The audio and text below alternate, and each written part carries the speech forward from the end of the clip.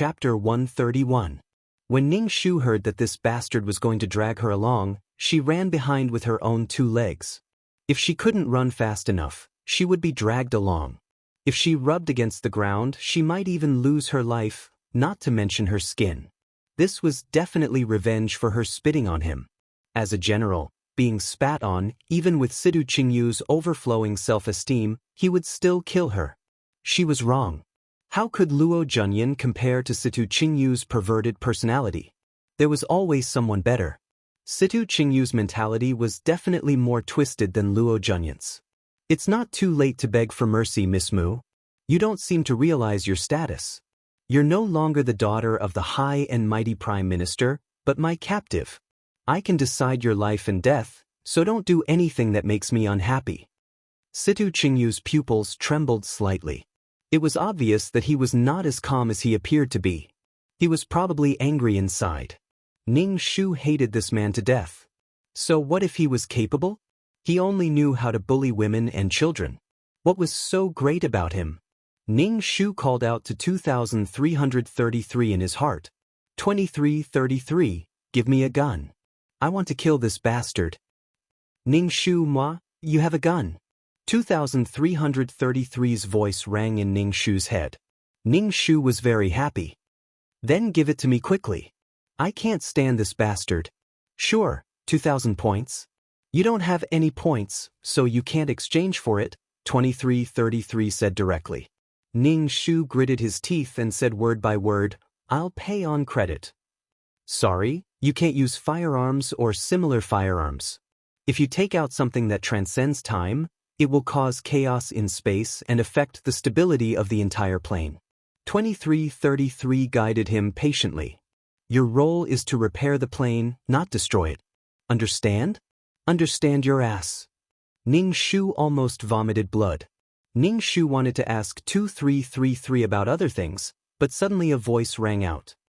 General Situ, what are you doing? When Ning Shu heard this voice, he immediately curled his lips. However, Yuelon, who was beside him, was happy. Ning Shu said excitedly in a low voice, Miss, it's that prince from before. We are saved. Ning Shu glanced at her. You're too naive. Luo Junyan rode over. Seeing Ning Shu's hands tied up, he raised his eyebrows and asked Situ Qingyu, what did she do? Greetings, Your Highness. This female slave is my captive. She sneaked out of the residence and I've captured her, Situ Qingyu said to Luo Junyan in a manner that was neither servile nor overbearing. Luo Junyan narrowed his eyes slightly and said lightly, since she is a female slave, how about you give her to me? His Majesty has just conquered Donghua Nation. It is time to pacify the people. General, you should not do such a cruel thing. Just give her to me. A murderous aura suddenly surged from Situ Qingyu's body. He was like a hedgehog that had encountered danger. The spikes on his body stood up. This is my female slave. I have no intention of giving her to you, Your Highness. Luo Junyan frowned imperceptibly. A huge sense of loss surged in his heart. Suddenly, he wanted this female slave very much. This feeling was very strange, but it was very strong. In addition, Situ Qingyu's attitude towards him was also very noble. He, Luo Junyan, was the regent. This butcher who only knew how to kill dared to disrespect him. This made Luo Junyan lose face. All the more he wanted this female slave. Ning Shu watched from the side. He thought that she was going to be disfigured. In the end, Luo Junyan jumped out. As expected, the female lead was blessed with luck. Her body was her capital. Without this seductive body, how could she be the female lead? Situ Qingyu refused to budge. Luo Junyan was even more frustrated. He wanted to grab Ning Shu and leave. However, when he saw the guards behind Situ Qingyu, Luo Junyan calmed down and said coldly, since General Situ is unwilling to give her up, then forget it. After saying this, Luo Junyan felt even more disappointed. This feeling made him very uncomfortable. This feeling was very sudden and made him very uncomfortable. It seemed that this feeling would not disappear after he got this female slave. Are you willing to go with me? Ning Shu asked. Situ Qingyu also looked at Ning Shu. Situ Qingyu pursed his lips and looked at Ning Shu with red eyes. Ning Shu also had a voice in his heart telling him to go with this prince. This prince would protect her. Go with him. He was a good person. He even helped to teach the greedy bun shop owner a lesson. Ning Shu's heart skipped a beat. This was the plot. From the Prime Minister's residence to the prince's residence. There was a slight change in the plot. Situ Qingyu did not hand her over to Luo Junyan, but gave her the choice. Deep down, he wanted her to go with the prince. Ning Shu sneered in his heart. You want me to go with Luo Junyan? I will not go with him. Ning Shu said, I am the general's female slave. Of course, I will follow the general. Situ Qingyu and Luo Junyan were stunned. Situ Qingyu's face flashed with surprise. He thought that Ning Shu would go with the regent. Disappointment appeared on Luo Junyan's face. He wanted to say something, but Ning Shu said directly, I am the general's woman in life and the general's ghost in death. Situ Qingyu's eyes trembled. He was more confused. Luo Junyan's face was cold. He pulled the reins and turned to leave. He even turned back to look at Ning Shu. His gaze was strange. After Luo Junyan left, Situ Qingyu looked at Ning Shu and asked, Is what you said just now true? Ning Shu rolled his eyes at him and asked, What? Situ Qingyu's face instantly twisted. I wanted to untie you, but now it seems that there is no need. Let's go. Situ Qingyu pulled the reins. Ning Shu could only follow. Hurry up. Situ Qingyu pulled the reins. Ning Shu stumbled forward and hurriedly sped up. Ning Shu was glad that Situ Qingyu did not let the horse run. If that was the case, her 2 legs would not be able to outrun the horse's 4 legs. Ning Shu walked back to the Prime Minister's residence with 2 legs. Yuelan, who was beside him, looked at Ning Shu with heartache. She looked at Situ Qingyu, who was sitting on the horse, with disgust. When they reached the entrance of the Prime Minister's residence, Situ Qingyu got off the horse and walked to Ning Shu. He untied the reins on Ning Shu's wrists and said sarcastically, Miss Mu really knows how to seduce men. You just went out of the residence and seduced the Prince Regent to bring you back to the residence. He said it as if he was jealous. Tsk. Ning Shu moved his wrist, which was not circulating blood. Situ Qingyu saw that Ning Shu ignored him and went straight into the Prime Minister's residence. He walked over and grabbed Ning Shu's wrist. His other hand pressed against the wall behind Ning Shu. It was an extremely ambiguous position. Chapter 132. Situ Qingyu's body exuded a strong aura of hostility. After the cabinet, he almost hugged Ning Shu in his arms. When he looked down at her from above, it made her heart beat wildly. Ning Shu, oh, this position?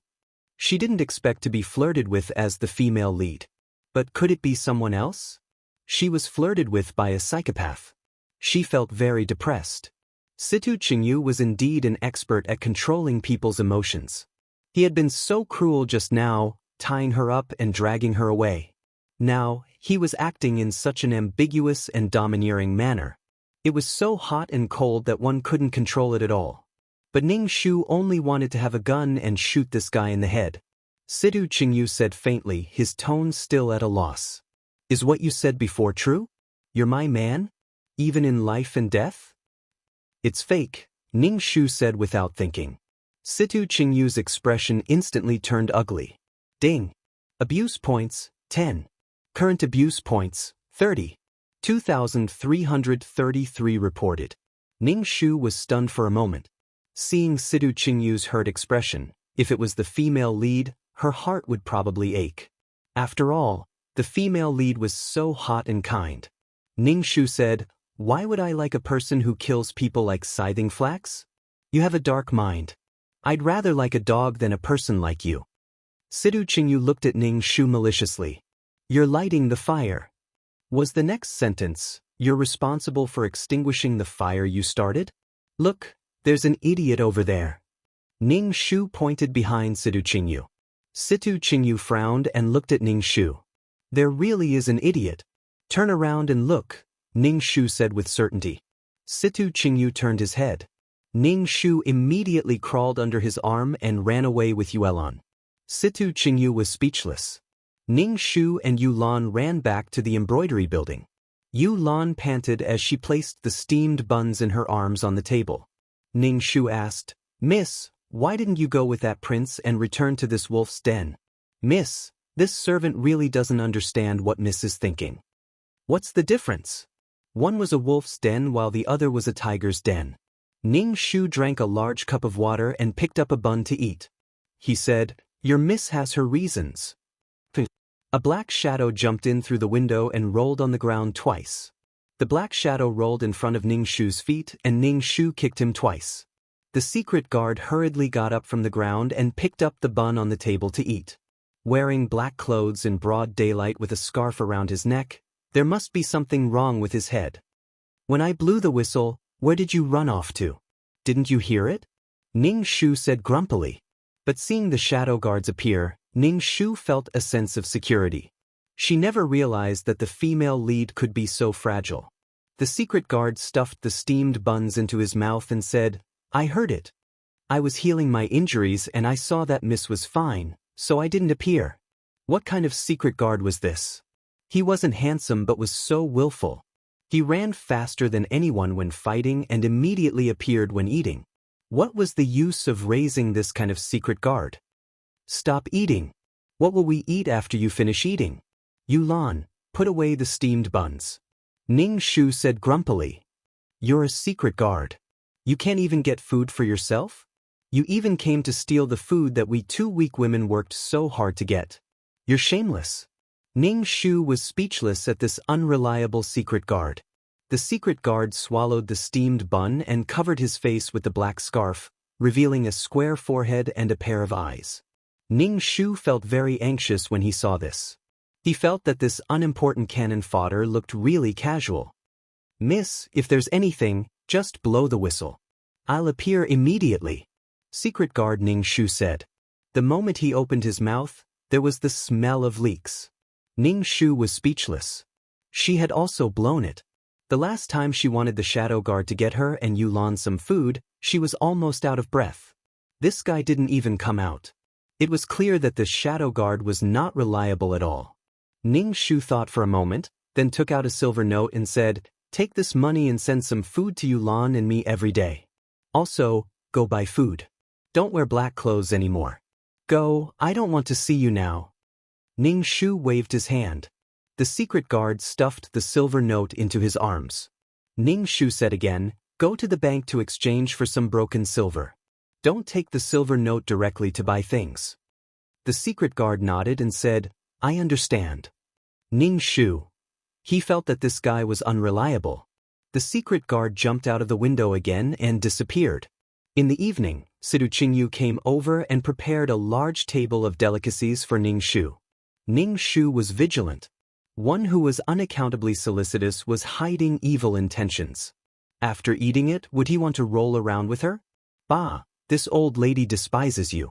What haven't I eaten before? Situ Qingyu looked down at Ning Shu and said as if he was giving alms, "This is the food I prepared for you. Throw away your steamed bun." Ning Shu shook her head. "I still like steamed buns. I used to eat too many delicacies, but now I've changed my taste. I like to eat steamed buns." Situ Qingyu sneered. "Is it because of the regent that you like steamed buns so much? I heard that the regent helped you out, so you like to eat steamed buns now." Ning Shu, this brain hole, this logic, no one else. She ate steamed buns purely because they were free. When Situ Qingyu saw Ning Shu's silence, it was obvious that she had acquiesced to his words. His eyes turned red and he roared, "Mu Yanluo, how dare you look down on this general? You have to eat today whether you want to or not." Ding, abuse points, 5. Current abuse points, 35. 2333. Ning Shu was not used to the system having such a strong presence at all. The previous system was silent from beginning to end, but the updated system kept popping up from time to time, which annoyed Ning Shu to no end. As if sensing Ning Shu's annoyance, 2333 felt wronged and said, "I'm letting you know the progress of the mission. How can you dislike me so much? I'm so sad, sob sob sob." Ning Shu heard the system's cries and shuddered. Fuck, this system is so cheap. Ning Shu basically did not do anything, and then the abuse points reached 35. These abuse points were all caused by Situ Qingyu's own self-abuse. He was sensitive and had an inferiority complex. Any action could make Situ Qingyu feel uncomfortable, and any action could touch the darkness in his heart. Sure enough, he couldn't be the male lead if there was nothing wrong with him. Ning Shu raised her chin and looked at the dishes on the table. She said disdainfully, "This is nothing. I used to eat these every day, and I've long been sick of them. Now that you're taking these out, it's a disgrace." Situ Qingyu's face was livid. He looked at Ning Shu and said maliciously, "Every time I see you acting so high and mighty, I want to trample on your pride and make you crawl under my feet." He had an inferiority complex, but he couldn't bear to see others being proud. Chapter 133. In the end, Situ Qingyu was so angry that he flipped the table. The dishes and plates on the table fell to the ground. Broken porcelain and all kinds of vegetable soup were mixed together. It was a mess. Damn, so what if you're strong? I can still flip the table if I master a peerless martial art. Guard this courtyard well. Don't send food inside. Situ Qingyu roared at the guard at the door, then turned to Ning Shu and said coldly, "Since you don't want to eat, don't eat in the future." Ning Shu snorted proudly and looked at Situ Qingyu with contempt and pity. Situ Qingyu's aura became violent and he said maliciously, "You don't want your eyes anymore. How dare you look at me like that?" Situ Qingyu sneered and said, "It's said that you can get a woman's heart if you get her body. Don't be so proud now. When I get on top of you, you'll cry and beg me to get on top of you." Ning Shu was speechless. Situ Qingyu walked toward Ning Shu with lust in his eyes. Obviously, he wanted to rape Ning Shu. Ning Shu looked at Situ Qingyu without changing his expression and said indifferently, "You smell like leftovers." When Situ Qingyu flipped the table just now, the soup spilled on him. Situ Qingyu's face was livid. "Mu Yanluo, you've challenged my patience time and time again. I'll make you pay the price." With that he turned and left. Ning Shu curled her lips. She was really an extremely arrogant person, but at the same time, she was also an extremely self-abased person. Situ Qingyu didn't let anyone send food to the embroidery building. Sure enough, no one sent food in for several days. Ning Shu and Yuelan ate steamed buns every day. Sometimes, the square-faced shadow guard would bring in some food. Ning Shu's life was comfortable. Situ Qingyu thought that Mu Yanluo would come back to beg him, but she didn't come for several days. Seeing Ning Shu alive and kicking, Situ Qingyu sneered. This woman still had a shadow guard. Situ Qingyu said maliciously, "If I kill your secret guard, what will you rely on?" Ning Shu chuckled and refused to talk to the lunatic. Situ Qingyu's expression turned cold. "I really don't know what you're so proud of. You're no longer the Prime Minister's daughter or the noble lady of Donghua Nation. You're my captive, my slave. Your life is in my hands. What you should do now is to please me and offer me your body instead of disobeying me like this. The consequences may not be something you can bear." Situ Qingyu looked at Ning Shu from above. Ning Shu was speechless. He felt too good about himself. Situ Qingyu saw that Ning Shu was stubborn and wanted to force himself on Ning Shu. Ning Shu blew the whistle without hesitation. A shadow guard in black jumped in through the window. Situ Qingyu looked at the guard coldly. "If I don't kill you today, I won't be Situ." The two of them fought together. This time, the guard didn't run away first. Instead, he fought with Situ Qingyu and used his true abilities. It seemed that he was evenly matched with Situ Qingyu. "General, the regent is here. He's waiting for you in the front hall." The guard outside the door shouted to Situ Qingyu. Situ Qingyu was slightly stunned. The shadow guard took advantage of this and slapped Situ Qingyu. Situ Qingyu groaned and covered his chest. He wiped the blood from the corner of his mouth and looked coldly at the shadow guard and Ning Shu. "Very good, very good." The shadow guard jumped out of the window and ran away. Situ Qingyu glanced at Ning Shu and turned to leave. Ning Shu patted her chest and said, "I finally dodged a calamity. Miss, let's get out of here. It's too dangerous," Yuelan said with a pale face. Ning Shu let out a long breath. After a while, a maid came over to Ning Shu and said, "The general asked you to go to the front hall. His Highness wants to see you. The general said that you should dress sloppily." Luo Junyan wanted to see her? Dress sloppily? "Yuelan, come and help me dress up." Make me as beautiful as possible, Ning Shu said to Yuelon. Yuelon immediately said, okay. Yuelon hoped that the regent could take her miss away from here. The maid heard Ning Shu's words and quickly said, the general said that you should dress sloppily and put some dust on your face. Ning Shu and Yuelon ignored her. Under Yuelon's skillful hands, Ning Shu looked at her own face. She was so beautiful that she didn't dare to look directly at it. Ning Shu felt that he was about to be mesmerized by this face. The maid looked at Ning Shu in a daze, then shook her head and said, you can't do this. The general will kill you. It's okay. Lead the way. Ning Shu clamped her buttocks tightly, not allowing her waist to sway.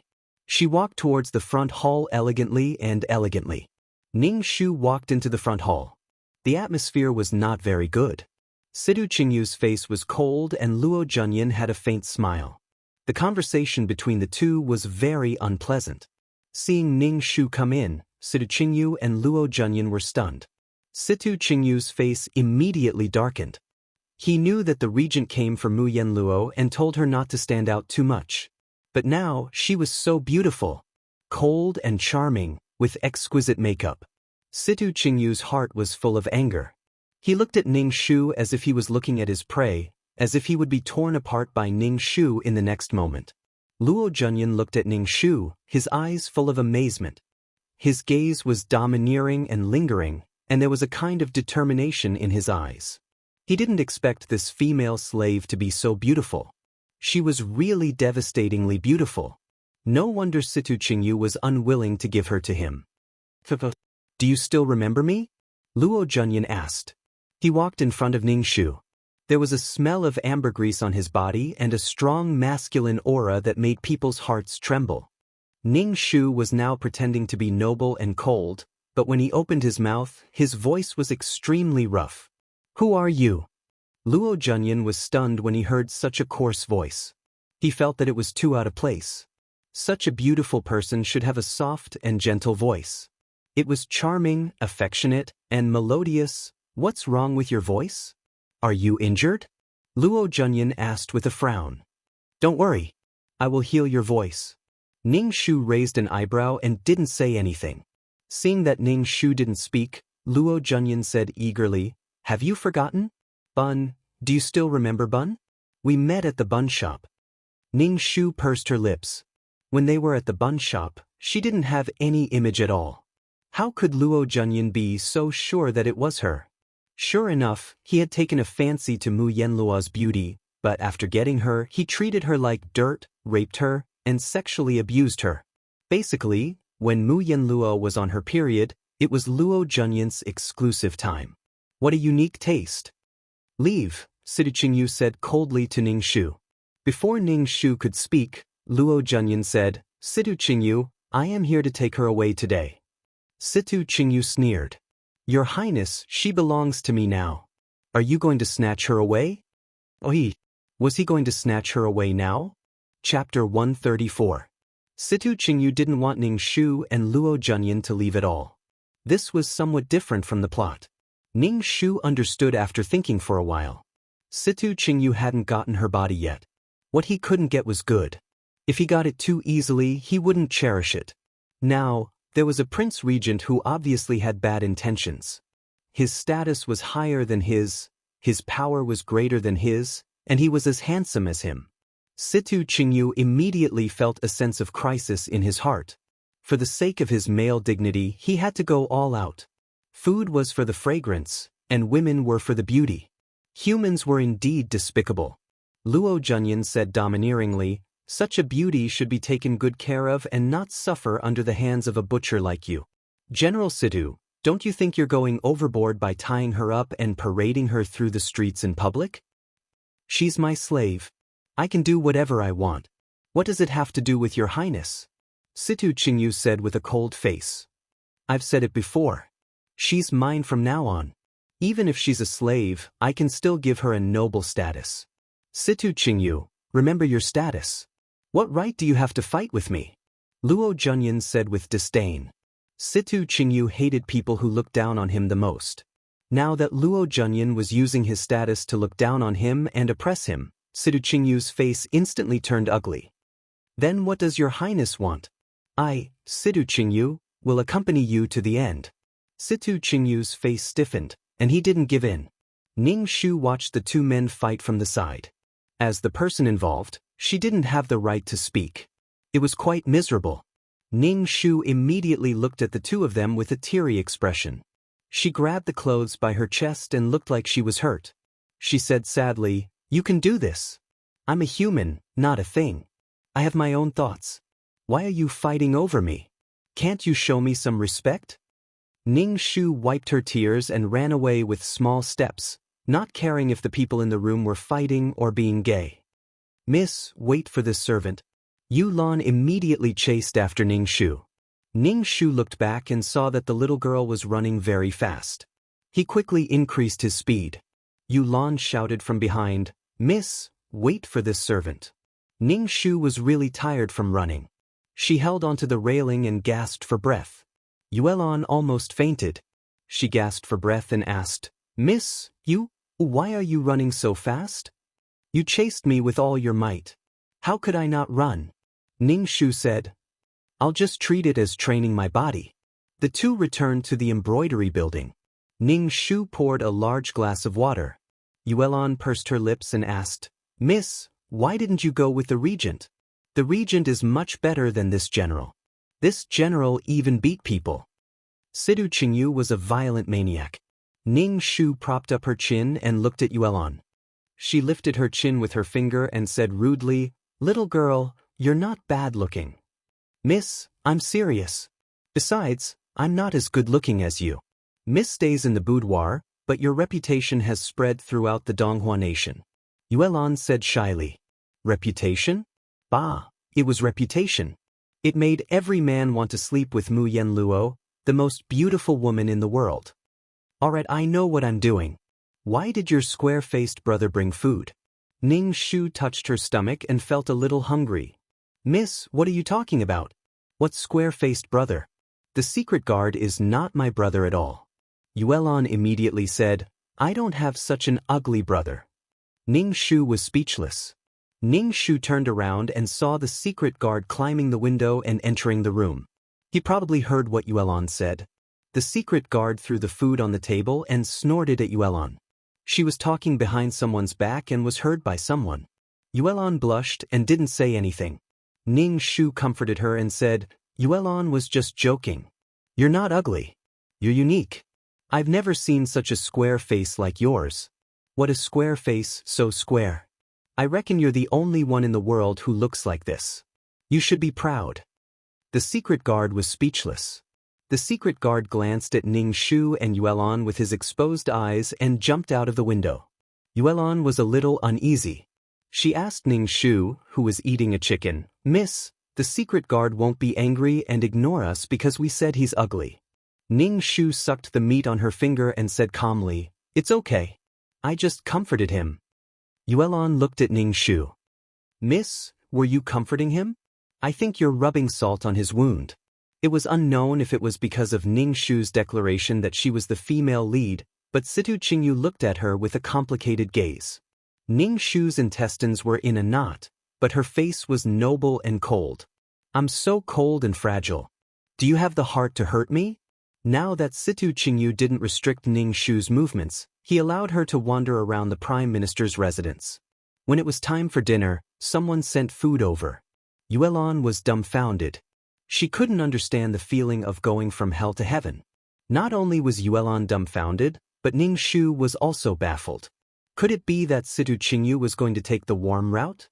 Or was it because of her deafening declaration? However, Ning Shu didn't refuse food. She also accepted the jewelry that Situ Qingyu sent over. Then, she turned around and asked the secret guard to sell them for money. After this stop at the Prime Minister's residence, she still had to travel around the world to visit the imperial merchant's residence. Then she still had to find a teacher in the remote countryside, a divine doctor who liked to live in the forest, and the leader of the demonic sect who lived halfway up the mountain like a caveman. What was she going to do if she didn't have money? However, the secret guard didn't get much money. Ning Shu suspected that Situ Qingyu didn't send fake goods, or that the secret guard was a fool who was forced to be fooled. Ning Shu stood in the pavilion and looked at Situ Qingyu, who was practicing his sword outside. Petals swirled in the air, the sound of the sword resounded, and the light of the sword flashed. Coupled with the beautiful man Situ Qingyu, it was as beautiful as a painting. There should be a beauty playing the zither in such a scene, but Ning Shu didn't know how to play the zither at all. Situ Qingyu stopped his moves, and Ning Shu immediately applauded. "General, you've really played a cheap trick." Situ Qingyu and Ning Shu smiled faintly. Their forehead was slightly sweaty. When they smiled like this, they felt as if the school hunk was walking toward them with a basketball in his arms. It had a strong smell of hormones. "Mu Yanluo, this general wants to ask you. Are you willing to accompany this general?" Situ Qingyu asked Ning Shu in a deep voice. The current Situ Qingyu seemed to have restrained his hostility and ruthlessness. He looked masculine and valiant, with a thin waist and narrow buttocks, especially able to make a woman's heart ripple. Ning Shu was even more puzzled. Why did he suddenly change his style? Ning Shu asked, "Why? Why are you suddenly treating me so well?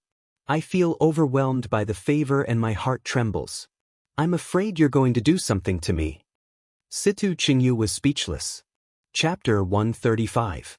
Situ Qingyu wasn't the only one who became more attentive to Ning Shu. Even Luo Junyan came to the Prime Minister's residence every day to deliver things. They were all treasures and valuable trinkets. Ning Shu was even more confused. These two people were wooing her. Ning Shu covered her face with her hands. She didn't expect that someone with less than 5 points of charm would suddenly be wooed one day. She didn't get this kind of treatment when she was cannon fodder. But soon, Ning Shu couldn't be bothered anymore. The secret guard said to Ning Shu directly, "These two people are making a bet to see who you will fall in love with. Don't ask me how I know. I just know. Alright, I overheard it." Ning Shu felt heartbroken. After all this time, it was Situ Qingyu and Luo Junyan who made a bet that the beauty's heart would belong to whoever could win her heart. Ning Shu was speechless. Indeed, a dog can't change its spots. She freaking thought that she had become charming just because she was wearing the female lead skin. It was all because of the attraction between the male and female leads. It had nothing to do with her personal charm. Now, Luo Junyan was loitering in front of her again. Ning Shu looked at Luo Junyan in front of her silently. His expression was that of a domineering CEO, making Ning Shu's balls hurt. "Woman, come with me. I can give you a noble status and a richer life." Luo Junyan reached out his hand to Ning Shu. "I will love you dearly. I heard that there are more than 30 concubines in the prince's residence. If I go to the prince's residence, won't they eat me up?" Ning Shu looked terrified and helpless. She shook her head and said, "There aren't that many women here. I'm willing to scatter my harem for you." "I only want you," Luo Junyan said excitedly. Luo Junyan said agitatedly. His saliva almost splashed onto Ning Shu's face. Ning Shu hurriedly covered her face with a handkerchief, revealing a pair of watery eyes. "But this little girl doesn't dare to believe your highness. What about those girls who were chased away? From now on, this prince will only have you as his woman. This prince will not touch other women. You don't have to care about those women. This prince will give them a sum of money, enough for them to live on," Ning Shu said affectionately. Ning Shu, "Fuck, what a scumbag. Fuck you. You chased me away just like that. This scumbag." Ning Shu's heart was filled with loathing for this person. He had never thought about how these women would live.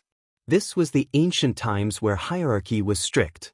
Even if the female lead Mu Yanluo and the 7 dwarves lived happily together, they had to find a place to live in seclusion and not in the open.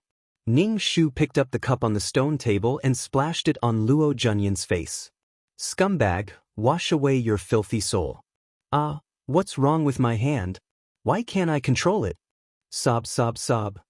Ning Shu wiped his tears and ran out of the pavilion, ignoring Luo Junyan's shocked face. "Miss, wait for this servant. Wait for this servant." Yuelon chased after Ning Shu. "Miss," Ning Shu ran back to her embroidery building. Yuelon was almost out of breath from running. She stammered, "Miss, why don't you wait for this servant every time?" Ning Shu poured a cup of tea and took a deep breath. She said to Yuelon, "Your miss is going to leave this place. What are your plans? This servant will follow Mississippi. This servant is Mrs. Person in life and will be Mrs. Ghost in death. Miss, please don't leave this servant behind. Yuelon's expression was heroic and stern. Ning Shu didn't want to be entangled with these two people anymore. She wanted to leave as soon as possible. But before she left, she had to teach the general and the prince a lesson. She didn't get raped by these two people. Half of the mission was completed. At least to some extent, she had avoided the plot. She couldn't delay any longer. If these two lost their patience and raped her, Ning Shu wouldn't be able to find a place to cry. Ning Shu took out the whistle that was tucked deep in her cleavage and blew it. After a while, a black-clothed and masked shadow guard came in through the window. Ning Shu looked at his disguise. It was bad enough that he was ugly, but how could he ruin himself like this? You're hopeless. Shadow guard, go prepare a carriage and some dry food. We're leaving. Ning Shu looked at the shadow guard seriously and said, the fates of the three of us are in your hands. Do your best. The shadow guard looked at Ning Shu. Why do you want to leave? I think these two are dragons and phoenixes. They both like you now. Why do you want to leave? You don't understand love at all. Ning Shu raised his chin. His face was melancholic and haggard. The shadow guard's eyes swept over Ning Shu's face and said disdainfully, you've lost your mind. Then she jumped out of the window. Ning Shu was eating dinner when Situ Qingyu came. He sat across from Ning Shu and suddenly reached out to grab Ning Shu's hand. Immediately, Ning Shu felt that he had hair all over his body. Ning Shu didn't say anything. He just silently wanted to pull his hand back. Situ Qingyu held Ning Shu's hand tightly. Ning Shu tried to pull his hand back, but Situ Qingyu immediately let go of Ning Shu's hand. Then, with a slap, Ning Shu's hand hit his own face and then fell to the ground. Miss, are you okay? Yuelon immediately came up to help Ning Shu. Ning Shu felt that his butt was numb, but his face looked noble and indifferent. Ning Shu thought, this damn bitch. Why are you looking for me? Ning Shu secretly rubbed his butt. Situ Qingyu looked at Ning Shu with a pair of blurred and painful eyes. This gaze made Ning Shu's body tremble. Oh my, what a touching gaze. Situ Qingyu wanted to hold Ning Shu's hand again, but Ning Shu immediately put his hand behind his back. Situ Qingyu said, Yen Luo, are you still angry at me for bullying you before? Is that why you're so cold to me now? Ning Shu shook his head and said, Yen Luo knows that the general doesn't like women. In the past, women made me eat shit and lick shoes. I've been abused a lot, so I can understand why the general treats me like this. However, Yen Luo feels wronged. After all, Yen Luo didn't have you, didn't make you eat shit, didn't make you lick shoes, didn't make you bark like a dog, didn't ride you like a horse, didn't treat you like a human, so Yen Luo feels wronged. Ding. Abuse points, 5, 10, 20. Current abuse points, 70. 2333 sounded very excited, although he didn't know why a mainframe would be so excited. Ning Shu saw that Situ Qingyu's face was trembling violently and his eyes were red. When he looked at him, there was an uncontrollable murderous intent in his eyes. Ning Shu hurriedly widened his innocent eyes and covered his mouth with his hand. His face was full of guilt. He hurriedly said, I'm sorry, I shouldn't have brought this up. Even if you have a terrible past, in Yenluo's heart, the general will always be an indomitable spirit. What was an indomitable spirit for bullying a woman? Those women shouldn't have treated you like this in the past. You deserve it. If it was Yenluo wouldn't have treated you like this. She would have killed him. General, you won't blame me, right? I didn't mean to say these things. So what if he said it? Chapter 136. After being lectured by Ning Shu, Situ Qingyu forcibly suppressed the violence in his heart and wanted to grab Ning Shu's hand. However, Ning Shu's hand was behind her back, so he could only put his hand on Ning Shu's shoulder and said affectionately, Mu Yen Luo, I love you. Ning Shu suddenly showed a sour expression and grimaced. Situ Qingyu lowered his head and wanted to kiss Ning Shu. Looking at his face getting closer and closer, Ning Shu really wanted to vomit. He had said so much just to get his hands on her body. Ning Shu turned her head and avoided Situ Qingyu's lips. She said sadly, General, do you want Yen Luo? A trace of impatience flashed across Situ Qingyu's face. The bet he made with the regent was just a game of hunting, but this woman really put on airs, which made Situ Qingyu's heart churn with anger. Ning Shu naturally saw Situ Qingyu's unkind eyes, but she put on a silly and sweet expression and said loudly, "General, please respect me. If you love me, you should respect me. We haven't gotten married yet, so you can't do such an impolite thing. Do you love my body?" A trace of displeasure flashed across Situ Qingyu's face. He held Ning Shu's shoulder and said, "I was attracted to you and couldn't help myself. I naturally respect you and will marry you in a palanquin. Just wait to become my wife." Ning Shu's teeth ached even more. She couldn't help but lower her head and show a look of disdain. She said shyly, "Thank you, General. General, you can go first. I'm a little tired." Ning Shu turned and went into the room, closing the door with a bang. Situ Qingyu's face darkened. He snorted almost undetectably and turned to leave with his hands behind his back. Ning Shu saw Situ Qingyu leave through the crack in the door and couldn't help rubbing her cheeks. Situ Qingyu wanted to break the rules of the game. She would belong to whoever could win her heart. Situ Qingyu wanted to push her directly just now. Get lost. It seemed that he was going to leave this place. When Situ Qingyu got impatient, she would be waiting to be raped. The next night, Ning Shu prepared a table full of sumptuous dishes and several jars of fine wine. Then, she put a big bag of medicine in each of the jars. She rolled up her sleeves and put her hands into the jars. She stirred vigorously twice to let the medicine powder completely dissolve in the wine. After everything was ready, Ning Shu waited for Situ Qingyu and Luo Junyan to come over with a noble and cold expression. Situ Qingyu and Luo Junyan came together. When the two of them walked into the room, the whole room was lit up by their radiance. Ning Shu sighed in his heart. He was such a beauty, but he was a pervert. "Please have a seat. I invited you to dinner today because I have something to tell you." Ning Shu politely asked Situ Qingyu and Luo Junyan to sit down. Luo Junyan looked at Ning Shu and said, "You're very beautiful today." Ning Shu smiled shyly and touched her face. She held her breath until her face turned red. Then she said, "Thank you for the compliment, Your Highness. I don't deserve it." "You're really beautiful. Yenluo deserves the title of the most beautiful woman in the world," Situ Qingyu said. Ning Shu lowered her head and smiled shyly again. She placed two big bowls in front of them and said, "Yenluo knows that I'm not beautiful. It's already Yenluo's greatest fortune to be able to receive Your Highness's and General's pity." As Ning Shu spoke, she poured wine into their bowls. "Today, I invited the two of you here to tell you my true thoughts." "Yenluo, just say what you want to say," Luo Junyan said anxiously. Ning Shu held her breath again until her face turned red. Then, she stamped her foot shyly and said, "Yenluo really doesn't want to say it.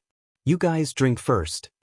Luo Junyan was the first to finish the entire bowl of wine, not leaving a single drop behind. Situ Qingyu did not move. He was a man of war, so he was naturally extremely vigilant. Moreover, Situ Qingyu did not trust Ning Shu. Ning Shu saw that Luo Junyan had finished the wine and became even more shy. She lowered her head and said shyly, "Your Highness, you're amazing." After drinking a bowl of wine, Luo Junyan's face was a little red. When he heard Ning Shu's words, he puffed out his chest. Ning Shu said, "I'm a lord who's second only to you. I'll treat you well in the future." Ning Shu looked at Luo Junyan with sparkling eyes. She looked as if she loved him so much that she couldn't say it out loud. Situ Qingyu frowned and snorted. He also finished the wine in his bowl. Ning Shu immediately said, "General, you're as amazing as His Highness." Ning Shu poured more wine for Situ Qingyu. "General, you've been through countless battles and you're heroic.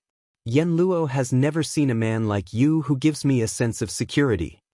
Luo Junyan raised his wine bowl and said provocatively to Situ Qingyu, "General Situ, I'll toast you." Situ Qingyu's expression didn't change. He clinked glasses with Luo Junyan and they both drank. Ning Shu stamped his feet anxiously and said, "Don't drink because of this. Drinking like this is bad for your health. Can you give me some face and not do this for me?" Luo Junyan reached out to stop Ning Shu from speaking. He said indifferently, This is a duel between men. It has nothing to do with you.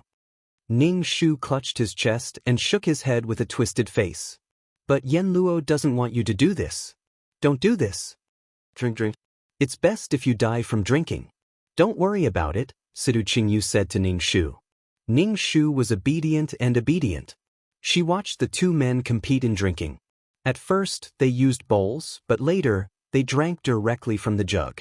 Ning Shu sat on the stool and crossed her legs as she watched the two men drink to their deaths. In the end, they were drunk and passed out on the ground. Girl, it's time to go to work, Ning Shu said to Yuelon. Yuelon held the package in her arms and said, Miss, are we leaving now? I'll be a good person to the end. Drag them to the bed, Ning Shu said as he rolled up his sleeves. Yuelon nodded obediently and put down the package. She pulled Situ Qingyu's arm and dragged him to the bed. Oh my, I didn't expect this girl to be so strong. Ning Shu grabbed Luo Junyan's clothes and used all his strength to drag him. Ning Shu's face turned red, but Luo Junyan on the ground didn't move at all. Miss, what are you doing? Yuelon asked Ning Shu. We should go. The secret guards are still waiting for us. Ning Shu panted and said, Come and help me. I can't move him. Yuelon hurried over and helped Ning Shu drag Luo Junyan onto the bed. Ning Shu reached out and unbuttoned Luo Junyan's clothes. After a while, Luo Junyan was naked and his most private parts were exposed. Yuelon was dumbfounded. She covered her eyes and asked, Miss, what are you doing? Be a good person. Ning Shu swiftly took off Sidu Qingyu's clothes and walked around with him. Miss. Yuelon covered her eyes with her hands and looked at the two men's bodies through the gaps of her fingers. Chapter 137. Ning Shu let the two naked men hug each other and laughed. Congratulations on opening the door to a new world. Let's go, Ning Shu said to Yulan. Seeing that Yulan was still looking at the two men on the bed, he pulled Yulan's collar and walked out of the room. Miss, I feel very excited, Yulan said to Ning Shu. Her eyes were emitting a green light, which was especially terrifying in the dark night. Ning Shu was speechless. What are you excited about? Seeing the two of them lying on the bed, this servant's heart thumped. The roots of her hair stood on end, and goosebumps rose all over her body. In short, I was very excited. Yulan's face was completely red. Ning Shu's jaw dropped to the ground. Situ Qingyu and Luo Junyan were not the only ones who were about to open the door to a new world. There was also Yulan. Yulan still wanted to go into the room, but Ning Shu grabbed her collar and blew the whistle. Then, a black shadow jumped in through the window and immediately jumped out again. Ning Shu was speechless. She and Yulan were clearly in the courtyard. Why did the square-faced secret guard jump into the room? Have you prepared the things I asked you to prepare? Ning Shu's secret guard asked. The secret guard nodded and said, The carriage is outside the courtyard wall. We can leave soon. Ning Shu heaved a sigh of relief and quickly said, Let's go. The three of them avoided the patrol team in the residence and reached the courtyard wall. Ning Shu asked, How do we get over? The secret guard said pretentiously, I'll carry you over. Then, the secret guard held one of them with each arm and stepped on the courtyard wall, trying to fly over. In the end, the secret guard overestimated his ability. The three of them fell to the ground and rolled into a ball. Can you do it or not? Ning Shu patted the dust off his body. It was unbearable to meet such an unreliable secret guard. The secret guard said, I can climb over the wall by myself, but I didn't expect that I couldn't climb over with two people. Ning Shu was speechless. Forget it, Yuelan, and I will just go crawl through the dog hole, Ning Shu said snappily. No. Yulan said resolutely and decisively. Ning Shu said, This servant will go through the dog hole. Miss and the shadow guards will climb the wall. Both of them were running away, so how could there be a difference between the two? He was simply drunk. In the end, Ning Shu still held his chest and squeezed out of the dog hole. When he came out, Ning Shu said to Yuelan, Quickly support your young miss. Your young miss's chest hurts. Miss, do you want this servant to give you a massage? Yulan reached out her hand to massage Ning Shu's chest. Ning Shu was speechless. Da-da-da. The shadow guard came over with a carriage. Ning Shu and Yu Lan hurriedly got on the carriage. Secret guard Ning Shu asked, "Miss, where are you going?" E-City. The black-bellied imperial merchant was in that place. E-City wasn't far from here, so it would only take a day's journey. "Does Miss have any relatives in E-City?" the shadow guard asked. "Or does Master want Miss to meet up with them in E-City?" "No, I just want to go to E-City," Ning Shu said very willfully. The carriage left the capital. Looking at the capital's city gates getting further and further away, Ning Shu let out a deep breath. At least she wasn't pushed down by those two men. She didn't get pregnant, she didn't have a miscarriage, and she didn't get pushed down when her period came. After a busy night, Ning Shu also felt tired. He slept back to back with Yu Lan. Prime Minister's manor, in the embroidery building. The room was filled with a strong smell of sex. Under the moonlight, the transparent gauze curtain could faintly make out the movements of the people on the bed. One was half kneeling, the other was crawling on the bed. They were constantly moving. Low panting, moaning, and crying sounds mixed with pain and pleasure. It was ambiguous. The two men were having sex, dripping with sweat. Their skin was touching, and the places where they were joined were dripping with blood. It made people feel even more tyrannical. Ding, abuse points 100. Ding, abuse points 100. Ning Shu woke up in the morning to 2333's happy voice. There were so many aphrodisiacs. He hoped that these two guys would die from the explosion. These aphrodisiacs were all produced by the system, and their efficacy was guaranteed. They were also on credit with 2333. When it was time to return the points, he would have to pay the interest. Ning Shu gritted his teeth and exchanged for the aphrodisiac. Damn, he felt that 2333's system was a blood-sucking existence. He stretched lazily. Life was still beautiful. Ning Shu lifted the curtain and saw that the carriage was parked in a forest by the side of the road. The shadow guard driving the carriage set up a fire not far away. There was a stove above the fire, boiling water. Ning Shu stretched out his leg and kicked the sleeping Yu Lan. Yu Lan immediately jumped up, but her head hit the roof of the carriage. Yu Lan covered her head. Ning Shu felt wronged and asked, "Miss, what's wrong?" Ning Shu walked to the shadow guard's side and sat down.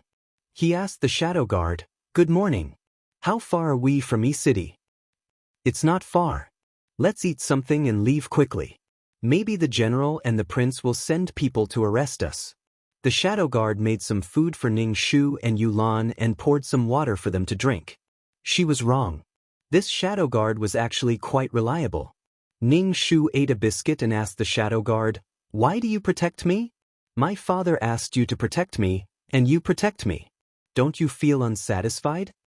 The shadow guard turned his square face to Ning Shu and said, "I was adopted by the Prime Minister. The Prime Minister gave me food to eat and a place to sleep. Protecting Miss is my responsibility. Until Miss no longer needs my protection, or until I die before Mississippi." Ning Shu looked at him and suddenly felt that his square face was so handsome and charming. This guy probably didn't have any more scenes because he was killed. After a casual breakfast, Ning Shu and the other two headed for E-City.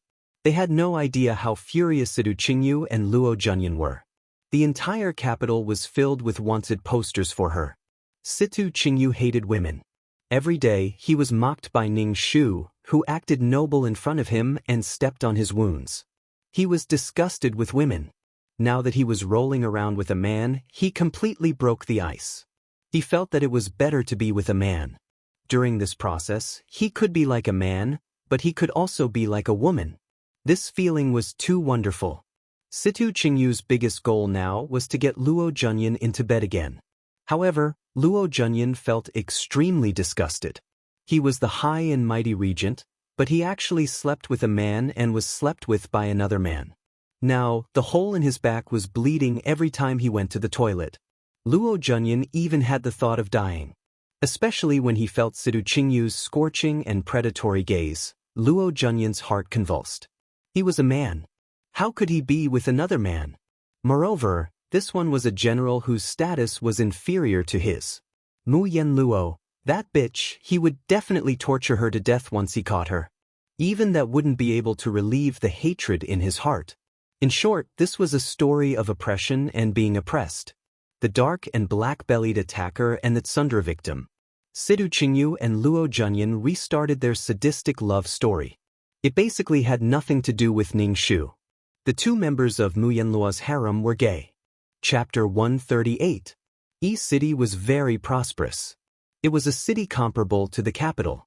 The people living in the capital were all high officials and nobles, but many of the people living in Yi City were rich people. It was a city filled with rich people. Two women in ragged clothes were pulling a tattered handcart. On the handcart was something wrapped in a tattered straw mat, revealing a pair of dirty feet. At a glance, one could tell that the person under the straw mat was a dead person. Seeing this scene, everyone unconsciously avoided them. The people pulling the handcart were Ning Shu and Yuelon. The person lying on the handcart, pretending to be dead, was the shadow guard brother. Ning Shu was so tired that he wanted to die. He looked around and found a lively place. He stopped the handcart and worked with Yuelon to lift the shadow guard out of the handcart and placed him on the street. Then he took out a wooden board. On the wooden board, he wrote, "Sell your body to bury your father." Ning Shu knelt in front of the shadow guard and crawled on his body. She wailed, "Father, daughter has let you down, let you down. Miss, don't be sad. Master's spirit in heaven will see Miss filial piety." Yuelon first comforted Ning Shu. Then she threw herself on the shadow guard and wailed, "Master, you died so miserably." Master. Ning Shu saw that the place Yuelon was hugging was a bit sensitive. It was probably the place where the shadow guard was. However, Yuelon didn't notice anything and wailed desperately. Ning Shu felt the shadow guard under the straw mat move. The straw mat covering him also moved. Ning Shu hurriedly pulled Yuelon up. Yuelon wiped her tears and asked, "Miss, what's wrong?" Ning Shu wanted to say that she was pressing on his dick, but seeing Yuelon's dumbfounded expression, he said, "Don't touch father's body." Yuelon let out two O's as she knelt at the side, tears dripping down her cheeks. Ning Shu felt deep veneration for her. This was the real movie queen. Ning Shu and Yulan's movements could be heard from half the street, attracting many onlookers. However, seeing Ning Shu and Yulan's unkempt appearance, no one stood out to buy Ning Shu. Ning Shu did not mind. His target was not these people. He was waiting for the male lead, Huang Shangjun, a rich and powerful man.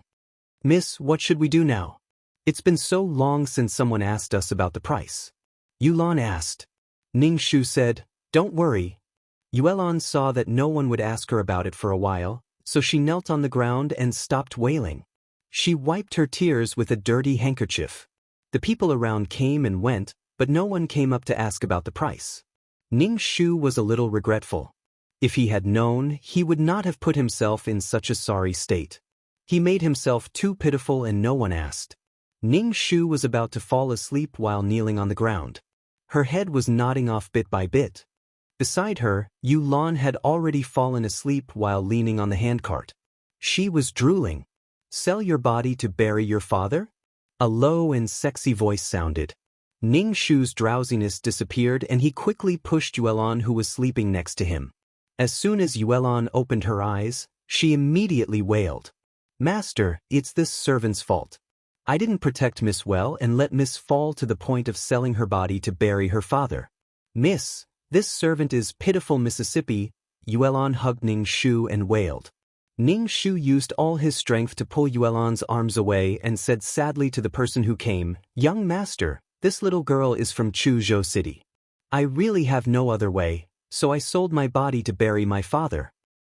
Raise your head and let me have a look." Ning Shu immediately raised his head and looked at the man. The background around the man was blurred.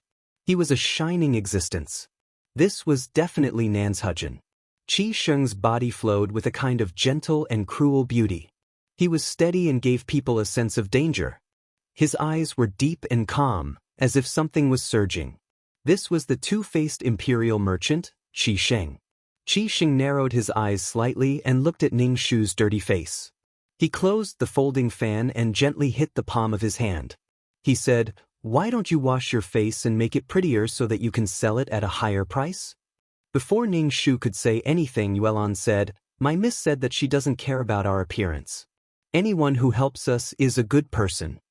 Qi Xing was wearing a brocade robe. Every part of his body was incomparably exquisite. Even the pendant of his folding fan was made of round jade. At first glance, people could tell that he was from a wealthy family. His every move carried with it the aura of wealth. Qi Xing squatted down and lifted the tattered straw mat with his folding fan. He tilted his head and looked at the shadow guard's square face. Then he looked at Ning Shu and said, "You look a little different from your father." Ning Shu said indifferently, "My mother's beauty neutralizes my father's ugliness." Ning Shu felt wronged for the shadow guard. Not only was he ugly, but he also looked old. Qi Xing didn't even question the shadow guard's age. How could he have a daughter as old as her? Ning Shu looked at Qi Xing expectantly. "Young master, do you need a maid? As long as you bury my father, I will be your maid." Qi Xing opened his fan with a schwa sound and said arrogantly, "How much money do you want?" Ning Shu stretched out a finger. Qi Xing glanced at Ning Shu's finger. 1 tael of silver? Fuck, 1 tael of silver wasn't enough. They were pretending to be dead and crying. It wasn't enough to buy 3 bowls of noodles. Rich people were all stingy. Ning Shu said shyly to Qi Xing, "Young master, 1 tael of silver is a little too little. It can't even buy a coffin." Qi Xing waved his folding fan and said indifferently, "Say it. How much?" "My father used to be an official of the imperial court. Although he was a 7th-ranked minor official, he was still an official. If he was buried so carelessly, how could he face his ancestors? So, young master, can you raise the price a little?" Ning Shu pulled Yuelon over. "In the future, both of us will be your maids. You said so much just to raise the price." Qi Xing was incomparably indifferent. "How much?" 10,000 taels of silver. Ning Shu said sonorously. Qi Xing's expression didn't change. Ning Shu's eyelids twitched. He was indeed a black-bellied imperial merchant. Qi Xing stretched out 5 fingers. Ning Shu frowned and asked, 5,000 taels of silver? 5 taels of silver. If you don't want to, then forget it. Qi Xing said indifferently and turned to leave. Ning Shu saw that Qi Xing really left.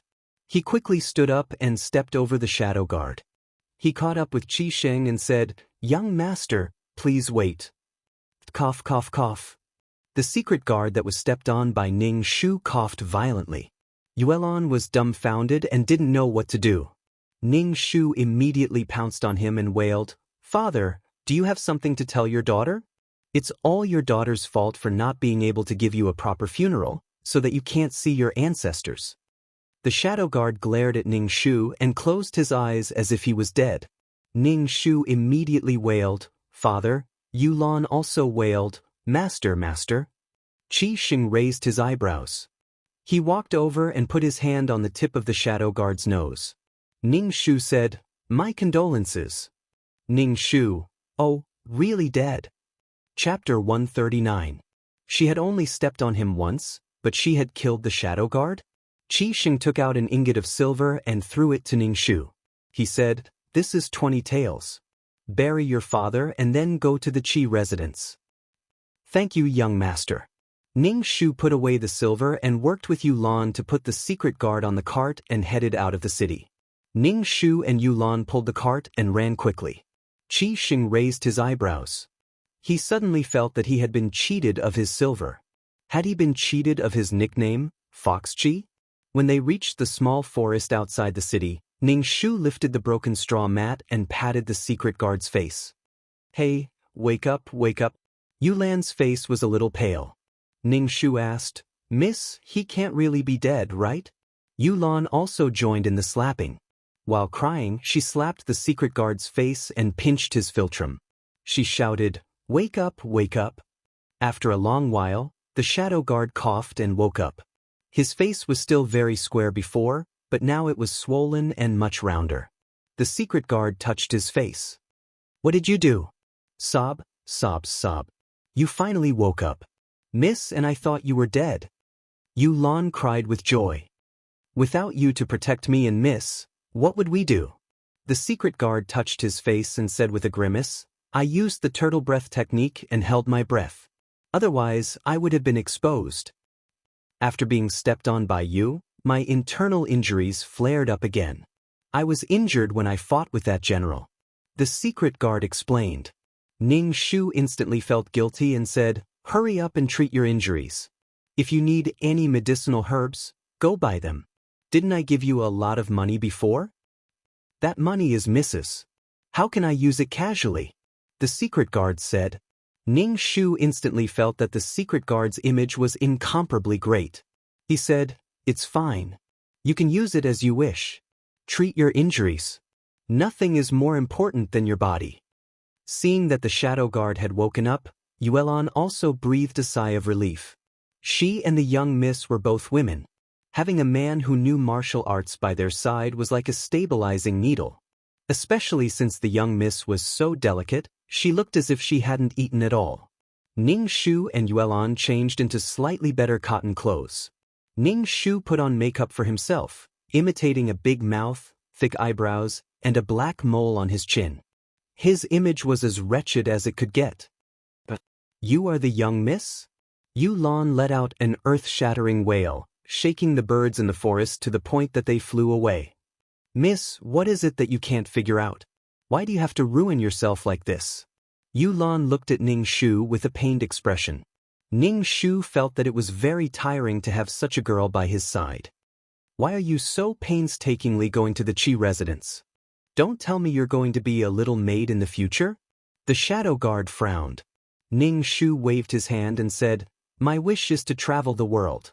This is only my temporary stronghold. When the time is up, I will leave." After a few days, Ning Shu brought Yuelon to the Qi residence. The shadow guard secretly protected Ning Shu and Yuelon. When they arrived at the entrance of the Qi residence, Ning Shu's gatekeeper grinned and said kindly, "Can you go and report that the person who will repay the kindness is here?" The gatekeeper was frightened by Ning Shu's big smile. He immediately said, "Where did this ugly girl come from? You're coveting my young master's beauty. You're thinking too much and you still want to find a young master." Ning Shu said, "You're thinking too much. You tell him." Ning Shu said to Yuelon, "He doesn't believe that we're here to repay the kindness." With her hands on her hips, Yuelon told the entire story to the gatekeeper. Yuelon spoke very quickly, causing the gatekeeper's eyes to emit mosquito coils. "That's what happened. Besides, how come my young miss and I only have 20 taels?" Yuelon said with grievance. The gatekeeper immediately said, 20 taels is not a small amount. You and your young miss look like this. 20 taels is already my young master's kindness." Yuelon still wanted to say something, but was stopped by Ning Shu. A palanquin stopped at the entrance. Ning Shu felt that the person sitting in the palanquin must be the male lead. Ning Shu stared at the curtain. The curtain was lifted by a folding fan. Ning Shu looked at the folding fan and immediately shouted in a rough voice, "I've finally found you." Qi Sheng, who had just gotten out of the palanquin, heard this voice and saw a woman with a bloody mouth wailing at him. The hand holding the folding fan suddenly trembled. He frowned and asked, "Who are you?" 20 taels. A down-and-out young miss who sold her body to bury her father. Ning Shu pointed at his face. "Look carefully." Qi Sheng looked away and said, "Your face was dirty before, but it still looked pretty. Why is it so ugly after washing it?" Ning Shu was speechless. "Thank you for the 20 taels, young master. This young miss has already buried my late father. Now, this young miss and this young miss's maids are young master's maids. A drop of water should be repaid with a spring of water. This young miss is a person with principles, integrity, and moral bottom line." Qi Sheng didn't look at Ning Shu's face and said indifferently, "Sure. This young master thought that you wouldn't come back." After that, Ning Shu and Yuelon stayed in the Qi residence. In any case, they still had some protagonist aura. Ning Shu and Yuelon stayed in the same room. Then, they changed into the uniform of the Qi residence's servant girls. Yuelon looked at Ning Shu and said sadly, "Miss, do you really want to be a maid here?" "Of course. After spending so much effort to come in, of course I want to be a maid." If she didn't get close to Qi Sheng, how could she get out of the plot? Even if she didn't come over, the plot would force her to meet Qi Sheng. In the plot, Mu Yanluo was physically and mentally exhausted by Sidu Qingyu and Luo Junyan. She even asked for a threesome and escaped when the two were not paying attention. As for how the delicate Mu Yanluo escaped, it was simply a mystery. Although she escaped, Mu Yanluo didn't have a single silver tail on her. She was a woman in her boudoir and basically didn't go out much. As soon as she went out, she was confused and looked confused and innocent. Someone tricked her into coming to the brothel with a bowl of noodles. The brothel keeper saw that Mu Yanluo was a peerless beauty and decided to auction her. Moreover, E-City was full of rich people. Auctioning such a peerless beauty could make the brothel overflow with oil. Mu Yanluo was bought back by Qi Sheng at a high price. Although Mu Yanluo avoided the brothel in her next 2 rebirths and didn't let herself fall into a brothel, she still couldn't avoid meeting these men. Even if she took a detour and didn't take this road, she would still meet these men. It really made her collapse. Qi Sheng, who was bought back, didn't do anything to Mu Yanluo at first. He just put her in the backyard and didn't rape her violently like Situ Qingyu and Luo Junyan. Qi Sheng would visit Mu Yanluo's courtyard whenever she was free. Then she would chat with Mu Yanluo about poems, songs, and ideals. In short, Qi Sheng looked like a gentle gentleman. Chapter 140. Mu Yanluo felt respect from Qi Sheng. He was not like other men. He was very gentle. Although she was bought by Qi Sheng, he gave her a different feeling. In the Qi mansion, Mu Yanluo felt an unprecedented peace. There were no 2 men eyeing her covetously and dragging her to do that kind of thing every day. Mu Yanluo thought that her life would be peaceful like this. She had a good impression of Qi Sheng. She even confided in him about her identity and what had happened between the 2 men. Qi Sheng did not dislike Mu Yanluo. He said that he had known her identity for a long time. After all, the streets of the capital were full of wanted posters for Mu Yanluo. He did not care about her past. Mu Yanluo was even more moved. So on a certain day and night, a man and a woman naturally had a heart-to-heart and body-to-body-to-body activities. Mu Yanluo felt that this was the most comfortable time after the fall of Donghua Nation, although she spent every day waiting for Qi Sheng. However, Qi Sheng did not give Mu Yanluo a definite identity. A concubine was not a concubine, and a wife was not a wife. Sometimes, Mu Yanluo was sentimental and felt that Qi Sheng still disliked her because she had been intimate with 2 men and even had a miscarriage. For a long time, Qi Sheng did not come to see Mu Yanluo. Mu Yanluo waited bitterly for Qi Sheng every day. Later, she learned that Qi Sheng's childhood sweetheart had returned. Mu Yanluo was originally a sentimental person. After learning the news, she ran to see Qi Sheng as if the sky had fallen. She happened to see Qi Sheng rolling with his childhood sweetheart. Mu Yanluo questioned Qi Sheng. Qi Sheng hugged his childhood sweetheart and said that Mu Yanluo was just a broken shoe, a prostitute he had bought. She could not compare to his true love at all. Then Mu Yanluo was abandoned and was completely dispirited. Although Qi Sheng disliked Mu Yanluo, he was still very infatuated with Mu Yanluo's body. He often went to see Mu Yanluo. However, ever since she learned the heartbreaking truth from Qi Sheng, Mu Yanluo no longer let Qi Sheng on the bed. She washed her face with tears all day long and stammered as if she was in great pain. Mu Yanluo's appearance annoyed Qi Sheng a little. Although her body was wonderful and irresistible, he didn't want to do a woman lying like a dead fish.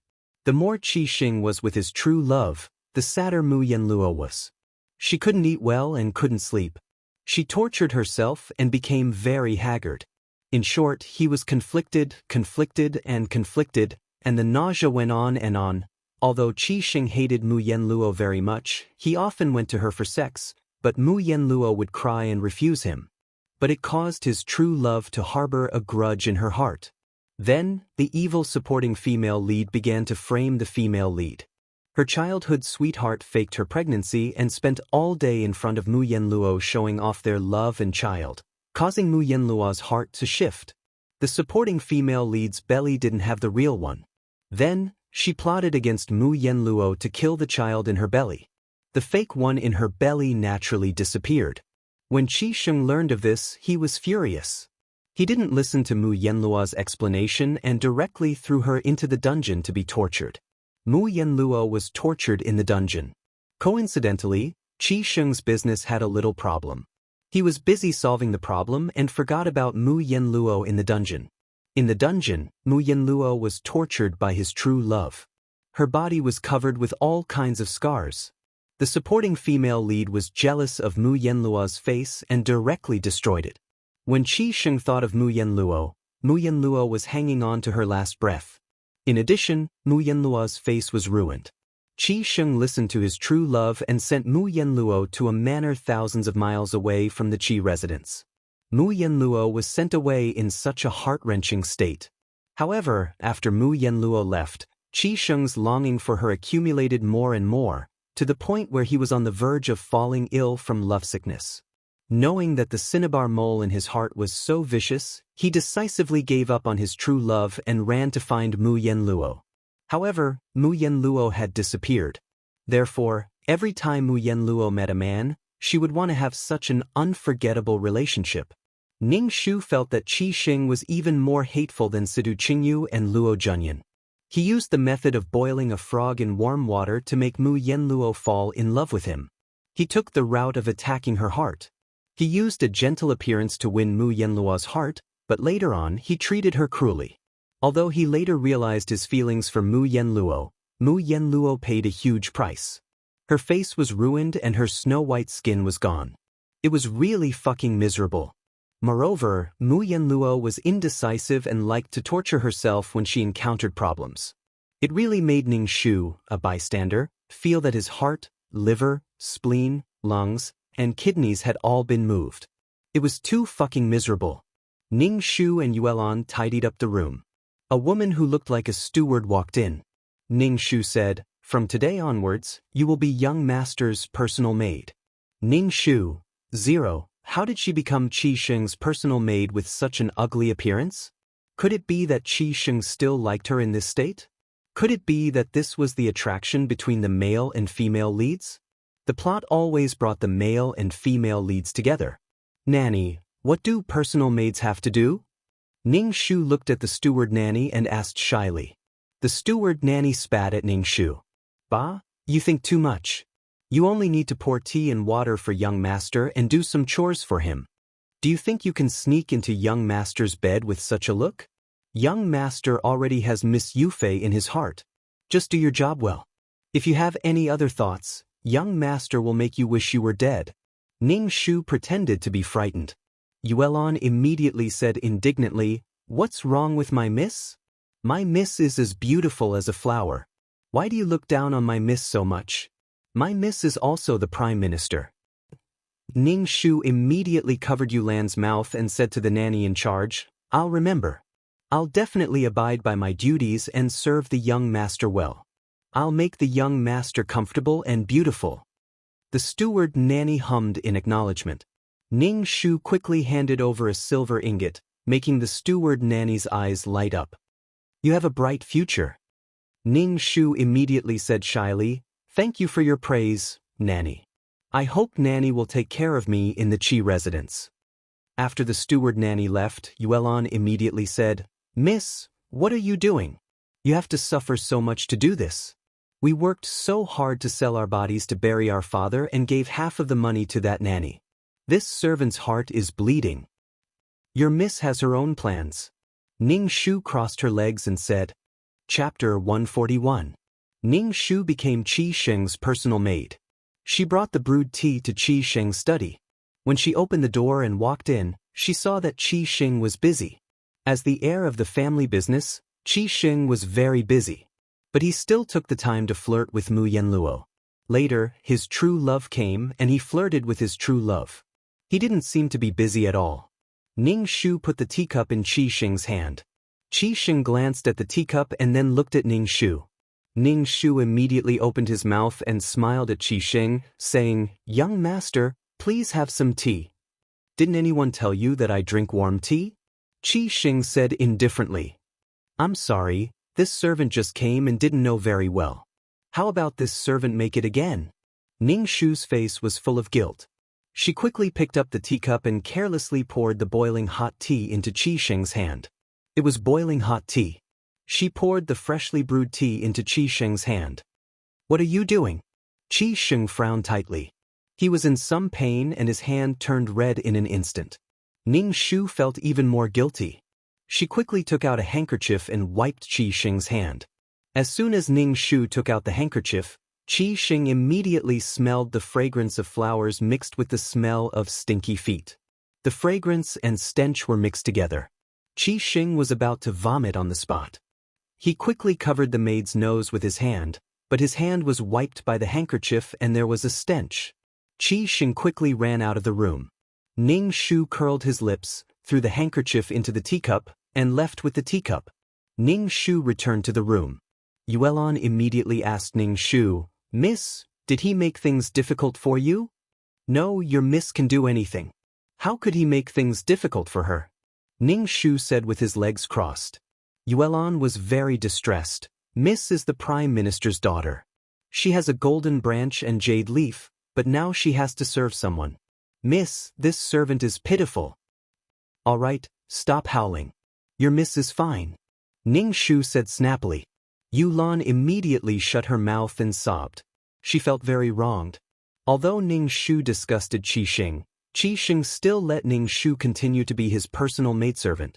Even if Ning Shu always made mistakes and was ugly, Qi Sheng still insisted that Ning Shu be his maidservant.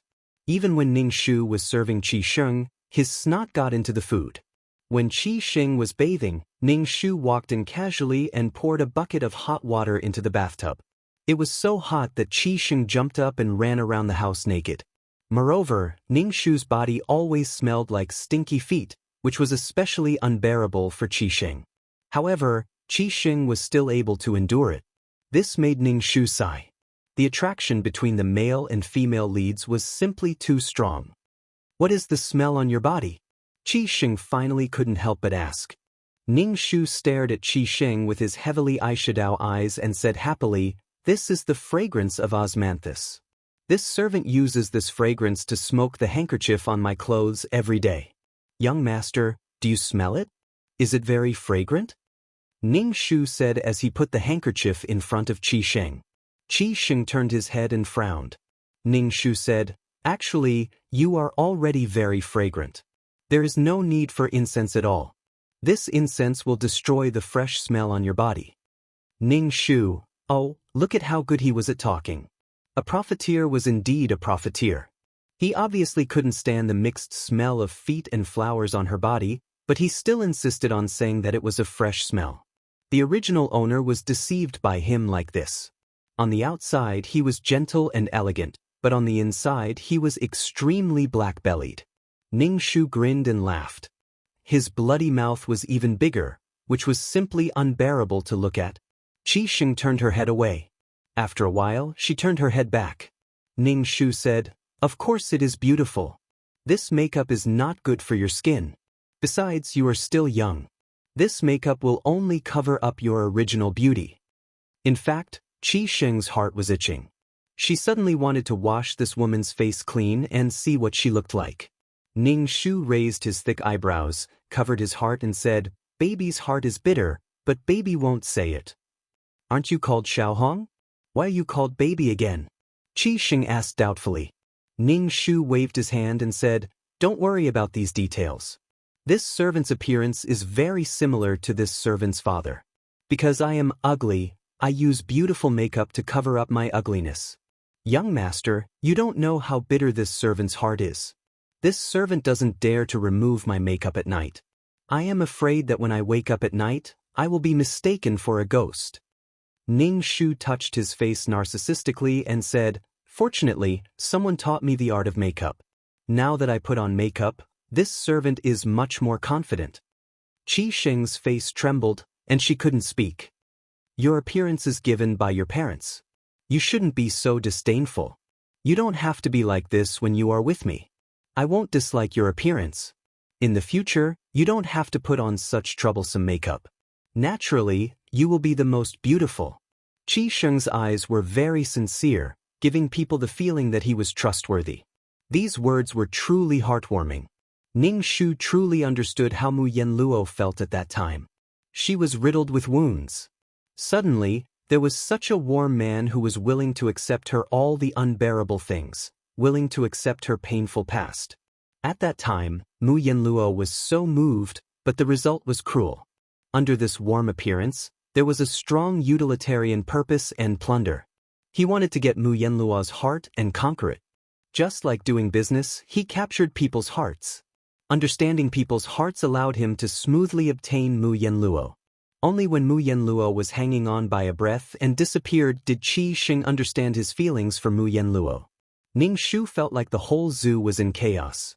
Many thanks for young master's concern, but this servant's heart is too inferior. Without this makeup, this servant cannot go out. Only with this makeup can this servant have the confidence to face life bravely. Ning Shu said gratefully. Qi Xing's face twitched. Why did he feel that this girl was sick? Did she not have eyes? Did she not look in the mirror? It was good that she was like this. Qi Xing waved his hand weakly and said, "As long as you are happy." Ning Shu immediately said, "Young master, you are really a good person." Qi Xing was speechless. Qi Xing's eyes scraped over Ning Shu's face inch by inch. According to his many years of identifying beauties, this girl should not be bad-looking. Why did she make herself like this? Qi Xing suddenly said to Ning Shu, "I heard that there is a meeting tonight. You go with young master. Wash your face. It's dark at night. No one can see what you look like. There is no need to put on such makeup." Ning Shu was speechless. Qi Xing was now very interested in her true colors. Ning Shu smiled shyly and said very innocently, "Oh, it's so late. My mother said that I can't go out at night." Qi Xing was speechless. Chapter 142. Qi Xing's intention to make Ning Shu wash his face naturally fell through. Qi Xing's eyes wandered over Ning Shu's face. Finally, he said indifferently, "Since you don't want to, then forget it. I heard there are many beautiful lanterns." Ning Shu was not interested in lanterns. One who was unaccountably solicitous was hiding evil intentions. What she needed to do was not to be pushed down by Qi Xing, let alone be conquered by Qi Xing's sugar-coated bullets. Then she would wait for Qi Xing's true love to come back. Ning Shu's days in the Qi mansion were very comfortable. Qi Xing was an imperial merchant, and his family's money was even worse. His food, clothing, housing, and transportation were all top-notch. Even the food and clothes for his servants were not bad. At night, Qi Xing actually ran to Ning Shu's room. Yuelon looked at Qi Xing with vigilance and said bluntly, "What are you doing here? Are you coveting my young miss?" Ning Shu smiled at Qi Xing and asked, "Young master, do you have something to tell me? There's a lantern festival tonight. I need to take my servant with me. You can come with me." Qi Xing looked at Ning Shu with gentleness and expectation in his eyes. It made people unable to refuse him. It was as if refusing him was a cruel thing. Ning Shu said indifferently, "Young master, I'll go. But you tidy up. I'll wait for you outside." Qi Xing's face showed a smile. He stood up and walked out. Yuelon made a face at Qi Xing's back and said, "Young miss, do you really want to go? Take me with you. This person doesn't seem to have good intentions." Ning Shu nodded and began to put on makeup in front of the mirror. Then she changed her clothes and went out. Yuelon stared at Ning Shu with her eyes wide open. She said with a trembling voice, "Young miss, why can't you figure it out?" Ning Shu nodded and walked towards Qi Xing in the courtyard. Qi Xing was very pretentious as he faced a tree and put on makeup under the tree. Ning Shu stood behind Qi Xing and said shyly, "Young master, I'm done." Qi Xing turned around and looked at Ning Shu. His eyes widened in an instant and he was speechless for a long time. Ning Shu blinked his dark eyes and looked shy. "Young master, am I pretty?" Qi Xing swallowed a mouthful of saliva. His Adam's apple rolled up and down, and the expression on his face cracked. He said with difficulty, "Your aesthetic sense is really different from ordinary people." She had a pair of black eyes, and her face was covered in makeup. Her mouth was red, and she was wearing a bright red top and a green skirt. Qi Xing simply did not know how to describe it. Ning Shu looked at Qi Xing's expression as if his eyes had been raped and felt very happy. See if I don't disgust you to death. Her eyes had turned into two panda eyes, which were very dark. She was dressed in a vulgar red and green outfit, which was simply blinding. She felt great. Qi Xing was a little impatient and his tone was a little angry. He said, "Didn't I say that nature is the most beautiful? Why do you have to do this makeup? Everyone is unique. Why don't you dare to face yourself? Listen to young master. Hurry up and wash the stuff on your face." Qi Xing's tone was sincere. "You are my person. No one in any city dares to laugh at you." Ning Shu was speechless. Look at how hypocritical he was. He obviously disliked her appearance and still said that he wanted to help her rebuild her confidence. Ning Shu said, "Oh, I don't want to go later. I can't live without makeup. Please forgive me, young master." Ding abuse points 5. 2333's voice sounded in his head. Qi Xing covered his chest. He was so angry that his chest was violently heaving up and down, and his face was a little green.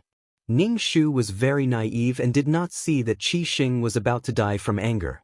He said very gratefully, "Young master, you are really a good person. I won't go later."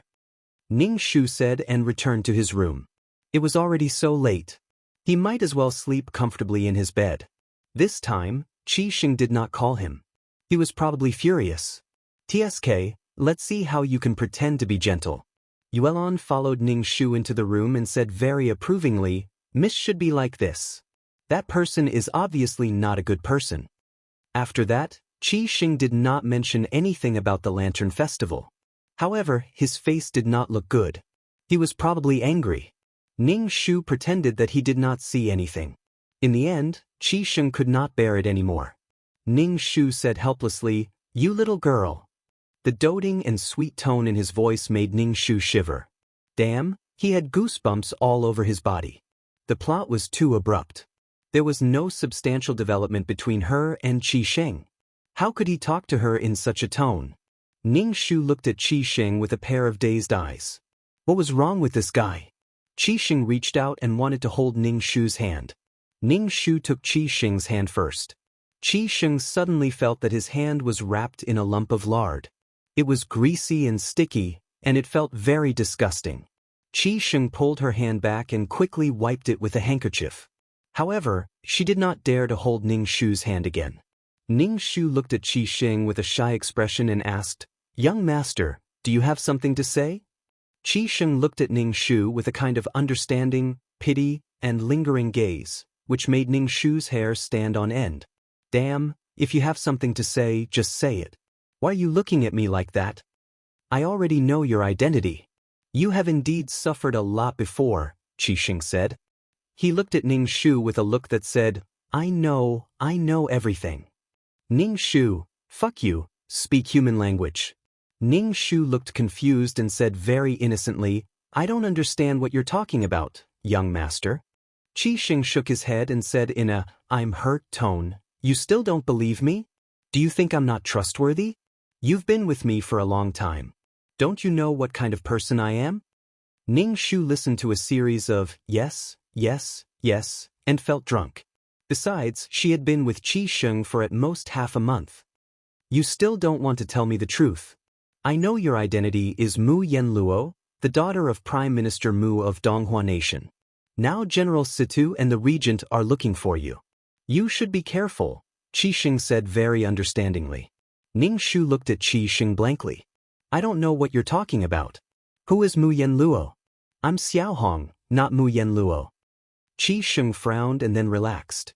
He said, "You should be careful. If others ask you in the future, you have to deny it like this. But you can trust me. Your young master can be relied on." Ning Shu nodded and said very gratefully, "Although I don't know what you're talking about, I still want to thank you. Yenluo, can you reveal your true face to me? I want to remember your real face," Qi Xing said very affectionately. This was his real purpose. Chapter 143. Although Ning Shu strongly denied that she was not Mu Yenluo, Qi Xing firmly believed that Ning Shu was Mu Yenluo and looked at Ning Shu with curiosity and interest. Ning Shu did not pay attention to him at all. So what if Qi Xing knew that he was Mu Yenluo? When his true love came back, he would immediately forget about her. Qi Sheng's various actions were just to flirt and enjoy the process of pursuing a woman. Once he got her, he would cherish her. Besides, there was still a cinnabar mole in his heart. He had someone he loved in his heart, yet he was still so unrestrained. He even went to a brothel and bought Mu Yenluo. He probably did not love his true love that much. Later on, he said that he did not love his true love anymore. It was because his kind true love was vicious and Mu Yenluo was kinder, so he fell in love with Mu Yenluo. Was this love? Because you are vicious, I don't love you anymore. I really misjudged you before. Since learning that Ning Shu was Mu Yenluo, Qi Sheng obviously treated Ning Shu much better. Qi Sheng did not let Ning Shu do many things that a maid should do. It was as if he was treating Ning Shu like a young lady. As for Qi Sheng's actions, Ning Shu did not let him do any work. Ning Shu drank tea and strolled around the garden every day. He was very carefree. Not long after, Qi Sheng's true love would come back. This true love who was gentle and amiable on the outside was evil on the inside. She disfigured the original owner and had mottled traces on her body. It could be said that she was vicious and merciless. She was a perfect example of a vicious female supporting character. Ning Shu was speechless. She was supposed to be such a character, but instead, she became the miserable female lead. What kind of mission was this? Not long after, Ning Shu saw Qi Sheng's face was full of joy. Her whole body was shrouded in pink bubbles. Ning Shu knew that the female supporting character was coming. Yenluo, Yu Fei is coming back. Qi Sheng said to Ning Shu. What does it have to do with me? Ning Shu asked with a puzzled expression, Who is Yu Fei? Qi Sheng looked at Ning Shu's panda eyes and said with melancholy, She's the woman I've loved for a long time.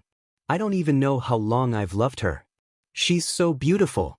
Now that she's come to me, it feels like a dream. Ning Shu immediately opened his bloody mouth and said with a smile, Congratulations, young master. Qi Sheng wanted to reach out and hold Ning Shu's hand, but when she thought of the feeling of his hand, she didn't dare to compliment him. Ning Shu said, Although Yu Fei is back, I will still protect you. You don't have to worry. Yu Fei is very kind. Even if she knows your identity, she will still protect you. Ning Shu, what the fuck? Was he trying to grab her with both hands? His true love had already returned, yet he was still giving her a guarantee. Ning Shu felt that he had learned something new. He was two-timing. It was normal. In the original plot, before his true love, Li Yufei, came back, Mu Yenluo and Qi Sheng had already done it. Qi Sheng had already gotten what he wanted. How could what he got compare to what he didn't get? Now, Ning Shu and Qi Sheng didn't even have an ambiguous relationship. Even if there was an ambiguous relationship, it was one-sided by Qi Sheng. Qi Sheng naturally comforted her. He wasn't an ordinary scum. Mu Yenluo was tortured to death by these men. In the end, she could still live happily with them. She felt drunk. Ning Shu looked at Qi Sheng with a pair of scattered eyes and said sincerely, Congratulations, young master. Congratulations on having a son. Qi Sheng. Sometimes, Qi Sheng wondered if this woman was really Mu Yenluo. It was so confusing. However, one of the masters and servants on the wanted poster was Yuelon. Could it be that the one named Yuelon was Mu Yenluo? But Yuelon really couldn't be called a great beauty. Qi Sheng had heard of Mu Yenluo, the #1 beauty of Donghua. However, his identity was destined to be unworthy. But now, Mu Yenluo was standing in front of him. Qi Sheng wanted to wash away the inexplicable thing on her face with a bucket of water. She was driving him to death at any moment. Then go and decorate Yufei's room. Young master believes in your taste. Qi Sheng did this just to make Ning Shu jealous. However, Ning Shu wasn't jealous at all. Instead, he said happily, Young master, don't worry. I'll definitely do it properly. Qi Sheng suddenly thought of the smell on Ning Shu's body and his red and green clothes. His taste was really unflattering. Qi Sheng quickly said, You haven't done this at home. You don't have to do it. I'll arrange for someone to do it. You're not used to doing this kind of rough work. Of course, Ning Shu knew what Qi Sheng was thinking. Qi Sheng was afraid that she would ruin it. However, Ning Shu's face showed an attentive smile as she said, "Let this servant do something for Miss Yufei. Perhaps this servant and Miss Yufei will become sisters in the future." Become sisters? Qi Sheng looked at Ning Shu and thought about the meaning of Ning Shu's words. It should be what he hoped. Qi Sheng stepped forward and wanted to hold Ning Shu's hand, but he stopped himself and said happily, "Yufei is very kind. You'll definitely become good sisters." "Bah, you're dreaming. Such a person could become the male lead." Ning Shu felt that his worldview was broken. If she was kind, then she would accept all kinds of things. If she didn't agree or accept, then she wasn't kind. Oh my, when was kindness defined like this? Every time he saw Qi Sheng's deep affection and gentleness, Ning Shu wanted to poke his eyes blind. It was really disgusting. Ning Shu disdained Qi Sheng to death. Therefore, Ning Shu's purpose was to be a matchmaker and let Qi Sheng and true love be together forever. Ning Shu took Yuelon to prepare a room for his true love. Yuelon shook the quilt and said, "Miss, I'm a pitiful miss. I'm a noble, but I have to do the work of a servant. If Master knew, he would be very distressed." It was unknown where Prime Minister Mu was enjoying his life. There was pitifully little ink. He was just a passerby. Ning Shu took down the simple and elegant mosquito net and replaced it with an exaggerated style. The colors were red and green. All kinds of colors were messy and dazzling. It showed that she strongly welcomed the female lead. It was unknown what kind of expression the elegant and gentle female lead would have when she saw such a dazzling room. Yuelon looked at the entire room and rubbed her eyes. "Miss, when did you like these colors?" This. After experiencing so much, your miss realized that the colors of life should be colorful. It should be rich and colorful. Ning Shu clapped his hands and said. After Ning Shu finished decorating the room, Qi Sheng wanted to go in and take a look. After all, it was his heart's cinnabar mole. He was still at the stage of pleasing Li Yufei. He was afraid that Ning Shu would mess things up. "Young master, please believe in me. I will definitely give Miss Yufei a big surprise." Ning Shu stubbornly refused to let Qi Sheng go in. Qi Sheng tapped Ning Shu's nose and said dotingly, "Your young master naturally believes in you." Fuck, he didn't want his claws anymore. Chapter 144. Under Qi Sheng and Ning Shu's expectations, June finally came. Qi Sheng and Ning Shu waited for Li Yufei at the entrance of the Qi mansion. A carriage came and stopped in front of Ning Shu and Qi Sheng. Then, the curtain was lifted, revealing a pair of white hands. Ning Shu stared at the hands, wanting to see what Li Yufei looked like. In the end, it was a maid with 2 buns on her head. After the maid got out of the carriage, a pair of white, slender, beautiful and elegant hands reached out and rested on the maid's hands. Ning Shu felt that Qi Sheng, who was next to him, was very excited. His eyes were fixed on the carriage. A woman in light yellow clothes bent down and came out of the carriage. She helped the maid's hands out of the carriage and slowly walked towards them. Her posture was elegant and beautiful, like a painting. She had a perfect oval face and a smile on the corner of her mouth. She looked elegant and beautiful. She was feminine, gentle, and amiable. Looking at her made people want to protect her. Qi Sheng had good taste. If it wasn't for Mu Yenluo, Li Yufei would probably have maintained a kind and gentle appearance. However, under the catalysis of jealousy, Li Yufei became a ruthless and vicious woman and disfigured Mu Yenluo. Before Li Yufei came over, Qi Sheng excitedly walked over and held Li Yufei's hand. With a smile on his face, he said, "Yufei, you're here." Ning Shu watched from the side. He felt that Qi Sheng liked to hold other people's hands very much. He grabbed women's hands whenever he saw them. In fact, he was a hooligan inside. Li Yufei's face showed a smile. She pulled her hand out and said, "Brother Sheng, my father asked me to say hello to you. How is uncle's health?" Qi Sheng looked at Li Yufei with a very gentle gaze. He wanted to make her pregnant. Li Yufei was a little embarrassed and blushed. The two looked at each other like this. Ning Shu squeezed over with a pair of panda eyes. Li Yufei was shocked when she saw Ning Shu's face. Her voice was a little sharp as she asked, "Who are you?" Qi Sheng introduced her to Li Yufei enthusiastically. "This is Xiao Hong. She decorated your room. She's my personal maid. When Li Yufei heard that her room was decorated by this ugly girl who was beyond recognition, her heart trembled. Her face was already ruined, so what would her room look like? Then when she heard that it was Qi Sheng's personal maid, Li Yufei's face revealed an intimate smile. She said, "I've troubled little Hong." Ning Shu. Li Yufei cracked her lips and revealed a terrifying smile. She said directly, "I heard that Miss Yufei is young master's beloved woman, so this servant tried her best to give Miss Yufei a surprise." When Ning Shu approached Li Yufei took a step back and covered her nose with a handkerchief. She said to Qi Sheng, "Brother Sheng, Yufei is a little tired. I want to rest." Qi Sheng had a gentle smile on his face.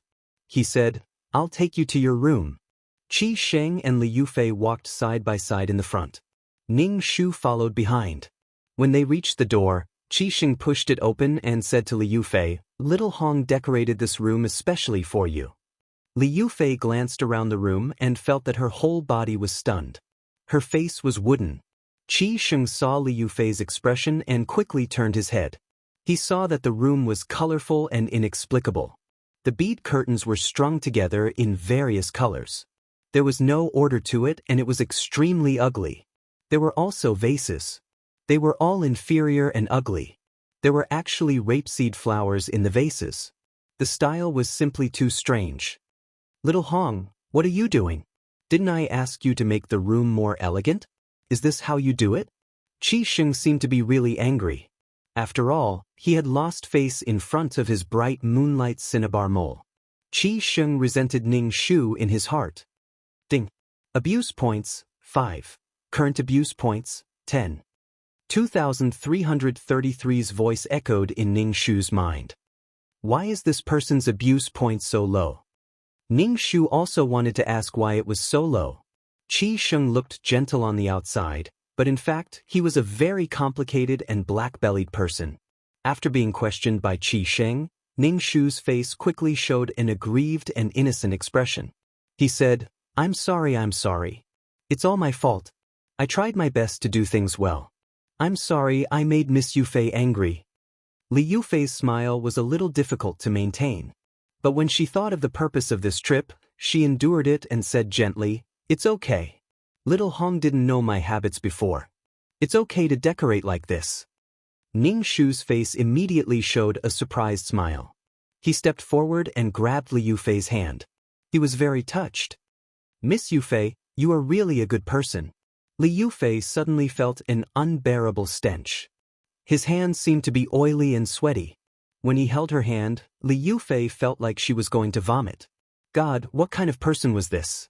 How could Qi Sheng keep such a person by his side? It was so disgusting. Qi Sheng seemed to know Li Yufei's current mood. He quickly rescued Li Yufei from Ning Shu's hands. As soon as she broke away from Ning Shu's hand, Li Yufei quickly wiped her hand with a handkerchief. She looked like she was going to vomit. Ning Shu smiled very foolishly. He didn't see Li Yufei's disgust at all. "Go and let the kitchen prepare the food. You just need to tell them. You don't have to cook," Qi Sheng added. Qi Sheng knew how disgusting Ning Shu's cooking was. It was as disgusting as eating crane top hong. Ning Shu quickly said, "You really don't want me to help? Since Miss Yufei is here, this servant wants to make 2 of my signature dishes to welcome Miss Yufei." "No," Qi Sheng said quickly. Qi Sheng hurriedly said. He realized that his tone was too anxious, so he slowed down his voice and said gently, "No need. Yufei just arrived. She can eat so much." When Li Yufei heard Qi Sheng's words, a subtle expression flashed across her face. She frowned. What did Qi Sheng mean? Did he not welcome her? Li Yufei said, "Little Hong, you really don't have to trouble yourself. Let the kitchen prepare something. I can't eat much." Ning Shu nodded and turned to leave. As soon as Ning Shu left, Qi Sheng and Li Yufei both breathed a sigh of relief. The smell of this woman was really disgusting. Li Yufei quietly sniffed the handkerchief and almost vomited. Qi Sheng pretended not to see Li Yufei's action and said gently to Li Yufei, "I'll let people redecorate the room later. I didn't expect Little Hong to decorate the room like this. But Little Hong is kind. Don't blame her." Qi Sheng subconsciously wanted Li Yufei to have a good impression of Ning Shu. Chapter 145. Hearing Qi Sheng's words, Li Yufei frowned imperceptibly and then relaxed her brows. She smiled and tilted her head to look at Qi Sheng. She said mischievously, "Brother Sheng, why do I feel that you're so good to this maid named Xiaohong? Don't tell me you like her." Qi Sheng immediately looked at Li Yufei with bright and affectionate eyes. He reached out and tapped the tip of Li Yufei's nose. He said unhappily but dotingly, "How can you say that about your brother Sheng? Don't you know what kind of person your brother Sheng is?" Li Yufei wrinkled her nose and said, "Brother Sheng, you didn't answer Yufei's question directly. Do you like that girl named Xiaohong? If you really like her, I can help you." Qi Sheng shook his head and said firmly, "Don't think too much. She's just my personal maid. Because she's too ugly, she always likes strange makeup. In fact, she's a pitiful person." Hearing that Xiaohong was ugly, Li Yufei breathed a sigh of relief. After all, an ugly woman was not competitive. She had said so much before just to test whether Qi Sheng still loved her. Most women knew that a man liked them, but Li Yufei ignored Qi Sheng's love. Li Yufei and Qi Sheng were childhood sweethearts. Their families were family friends and they were both merchants. Qi Sheng liked Li Yufei, but Li Yufei had higher ambitions in her heart. Naturally, she didn't like Qi Sheng. This time, she came to Qi Sheng because there was a problem with her family's business and she needed his help. However, she couldn't resist Qi Sheng's male lead halo. In addition, there was the beautiful Mu Yanluo who liked Qi Sheng. It was good to have someone to fight for things. Besides, Li Yufei and Qi Sheng had sex. Naturally, she fell in love with Qi Sheng. She fell in love with Qi Sheng with the intention of using him. Ning Shu first went to the kitchen and asked someone to cook. Then, he went to the room and saw Yuelon embroidering something. He took an apple and gnawed on it. Looking at Yuelon's embroidery, he said, "You're embroidering bamboo. This is for a man. Yuelon, do you have a man?" Yulan's face instantly turned red. She muttered, "Miss, what are you talking about? This servant doesn't have a man. Don't slander this servant's innocence." Ning Shu took a bite of the apple and said with a smile, "It's time to give something. Why isn't there a man? Tell me, who is it? Is it someone from the Qi mansion?" Ning Shu looked at Yulan with wide eyes. Yulan immediately said, "It's not what Miss thinks. It's who? Qi Sheng?"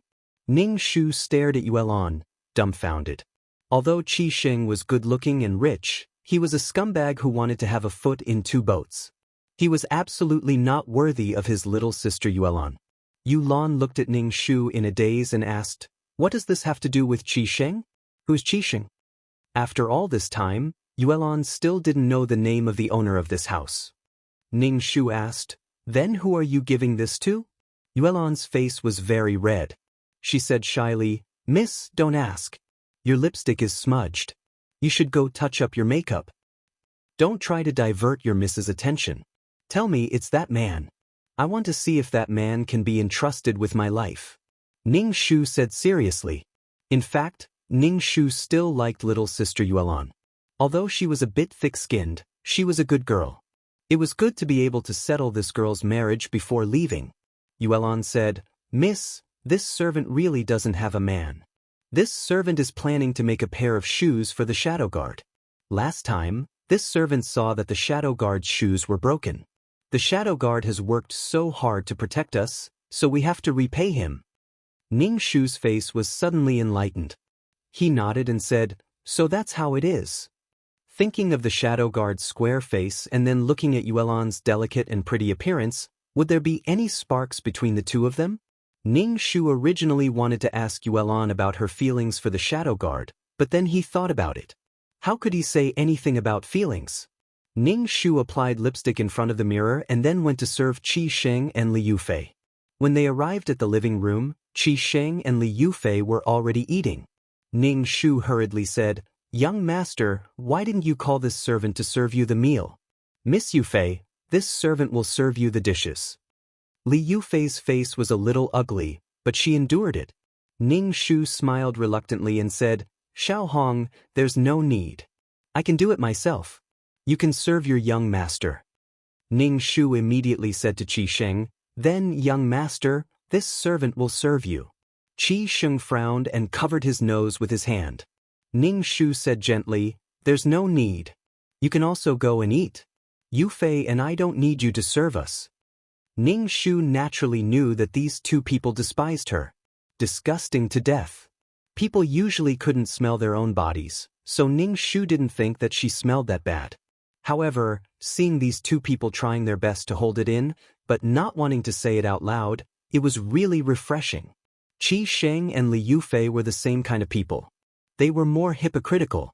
They looked one way on the surface, but their hearts were different. Now, one was beautiful and gentle, and the other was gentle and amiable. They disliked her so much in their hearts. How can this be? This servant is the young master's personal maid. Naturally, I have to serve the young master. Ning Shu picked up the chopsticks and picked up a piece of chicken. However, he didn't hold it firmly. The chicken fell into the chicken soup. The soup splashed and splashed on Li Yufei. Li Yufei jumped up from the chair with a cry. Then she realized that her actions were not gentle. She bit her lips tightly, looking a little wronged. She looked at Qi Sheng with a pair of watery eyes. Qi Sheng also frowned. Ning Shu's face showed panic and apology. He quickly took out a handkerchief with the scent of flowers mixed with the smell of feet and wiped the oil stains on Li Yufei's body. Li Yufei was about to vomit because of this strange smell. She pushed Ning Shu away and said to Qi Sheng with grievance, Brother Sheng, do you not welcome Yufei? Is that why you let your personal maid do this? If Brother Sheng wants Yufei to leave, Yufei will leave immediately. Hurry up and leave. Look at what you've done. Qi Sheng shouted at Ning Shu. Ning Shu curled her lips and said, this servant didn't mean it. Get out. Qi Sheng pretended to be angry, but he secretly winked at Ning Shu. Ning Shu saw that Qi Sheng's eyes were constantly cramping and hurriedly asked with concern, Young master, what's wrong with your eyes? They keep cramping. Poor young master, please don't go blind. Qi Sheng was speechless. Li Yufei also asked with concern, Brother Sheng, are you okay? Qi Sheng felt so sad. He had never seen anyone as stupid as Xiao Hong. Chapter 146. Qi Sheng told Ning Shu sternly, you can leave now. You don't need to serve here. Ning Shu was still hesitant. Qi Sheng said coldly, Live. If you don't listen to the young master, do you want to be sold? Ning Shu turned around and left without saying a word. Qi Sheng then said to Li Yufei, Yufei, don't think too much. This girl is clumsy and always causes problems. How can I bear to drive you away? You know how I feel about her. Li Yufei smiled and asked, why is this maid so clumsy? Brother Sheng, why do you keep this girl by your side? Also, this maid has a strange smell on her. Can Brother Sheng bear it? Qi Sheng was speechless. He kept this girl by his side because she might be the most beautiful woman in the world, Mu Yen Luo. Qi Sheng naturally would not give up on such a good thing, even if he had Li Yufei in his heart. As a man, it was okay to have a taste of something new. Brother Sheng, why don't you answer Yufei? Li Yufei asked with a frown. Qi Sheng held Li Yufei's hand tightly and said affectionately, Yufei, can't you see? Why do you ask me such a question? I've always only had you in my heart. In this life, I want you to be my wife. Li Yufei immediately lowered her head shyly and did not speak. Qi Sheng's heart swayed. He lowered his head and kissed Li Yufei. Then they began to talk. On the way, Ning Shu found that he had lost his handkerchief, so he went back to look for it. This handkerchief had the most authentic smell. It would be a pity to lose it. Ning Shu had just walked into the courtyard when he heard the movements in the room. Ning Shu was stunned. Weren't they eating just now? How could they be in bed now? Besides, Li Yufei had just arrived at the Qi mansion today. How could she be so unreserved and roll around with the male lead? Sure enough, there was no logic in this world. In Li Yufei's opinion, as long as she caught Qi Sheng, her family would be able to survive the crisis. But in the end, she fell in love with Qi Sheng. This was the plot. She was destined to catch the adulterers. Ning Shu touched his chin. How was she going to catch the adulterers? Ning Shu quietly walked in and walked to the side of the bed. The two people on the bed were fighting and did not notice that there was someone standing next to them. Ning Shu looked at the two white-cut chicken in all kinds of positions, and his face revealed an intoxicated expression. He was very engrossed. Ning Shu suddenly said, "Young master, do you need this servant to prepare the bath water for you?" "Ah." Li Yufei quickly wrapped her arms around her chest and let out an earth-shattering scream. She immediately pushed Qi Sheng away. Qi Sheng's doppelganger was immediately exposed. It was like a pillar supporting the sky. Then it was released. Li Yufei's face was covered in it. Then, Li Yufei screamed again. After being scared by Ning Shu and Li Yufei, Qi Sheng, who had just been released, immediately went limp. He felt like he couldn't stand up anymore. Tis. What a dirty scene. You guys need to remove it. Qi Sheng's face was ashen. Ning Shu shouted, "Get out." "Who let you in? Get out." After Li Yufei screamed, she calmed down. She loosened her hands from her chest and released her turbulent breasts. She trembled as if she was deliberately showing off to Ning Shu. Ning Shu straightened his chest. "You're big. I'm bigger than you. I'm fuller than you. You're drooping." The two people on the bed had no intention of wearing clothes. They simply had no sense of shame. How could you guys be so licentious? Qi Sheng roared at Ning Shu. "This young master told you to get out. You don't want to leave. Do you want to stay together?" Ning Shu almost vomited in disgust. Looking at Qi Sheng swaggering around to dry his little bird, he was shameless. Li Yufei and Qi Sheng's bodies were pressed together. Ning Shu felt like his eyes were going blind. "This servant will go prepare the bath water for young master. By the way, young master, you were frightened by Miss Yufei's scream. Do you need medicine?" Ning Shu asked very considerately. "Dane, abuse level 15. Current abuse level 20. 2333 hurriedly said, "Ning Shu, you can't look. If you look at this thing too much, you'll get a needle eye. You're not pure anymore. Get out." Qi Sheng was so angry that Ning Shu roared. Ning Shu hurriedly said, "This servant will get out now. Young master, have fun. By the way, if you need medicine, this servant will prepare it for you. This servant will really get out. This servant will get out now." Ning Shu saw that Qi Sheng's face was very scary. There was no trace of his usual gentle appearance. He guessed that he had really pissed him off. After leaving the door, Ning Shu didn't leave. Instead, he hid by the window and listened to what was going on inside. "Ning Shu, why are you doing this? You've changed. You weren't like this before. You used to be very pure." 2333 said. Ning Shu directly said, "Do you know me? If you don't, then don't talk nonsense.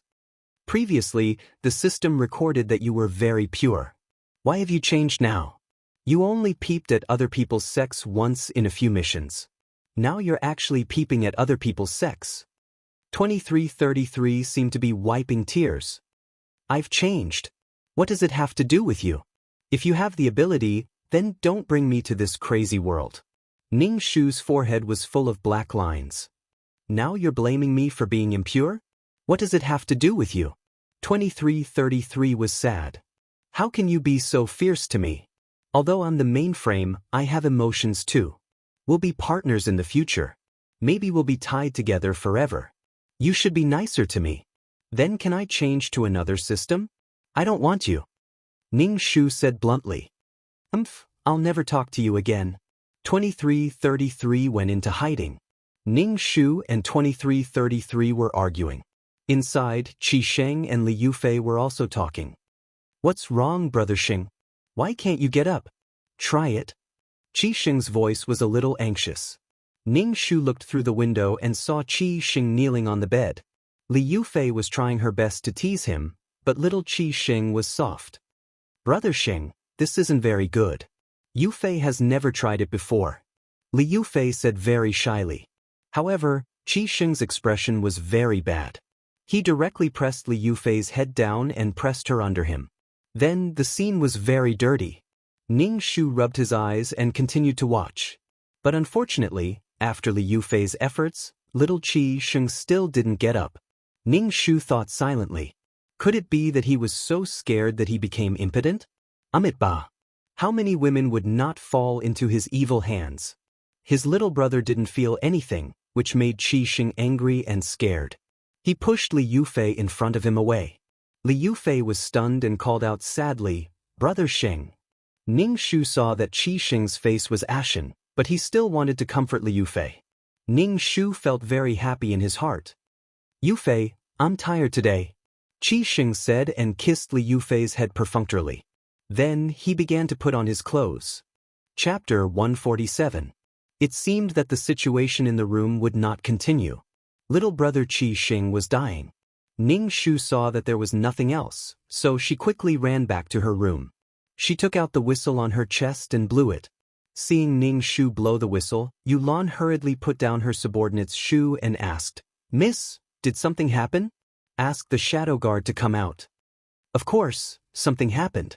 Now that Qi Xing was dying, he would definitely come back to find her.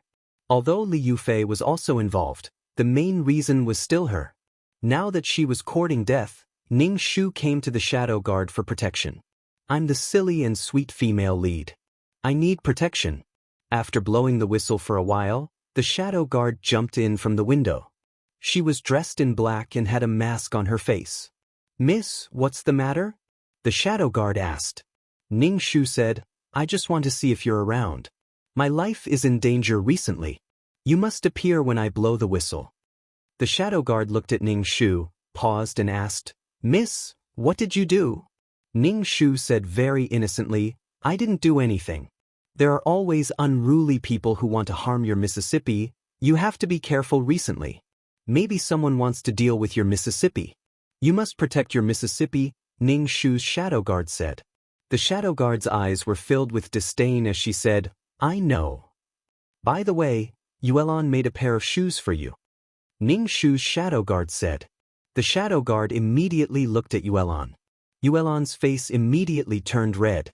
She stomped her feet and said to Ning Shu, "Miss, how can you say it so quickly? Why can't I say it?" Ning Shu looked at Yuelon.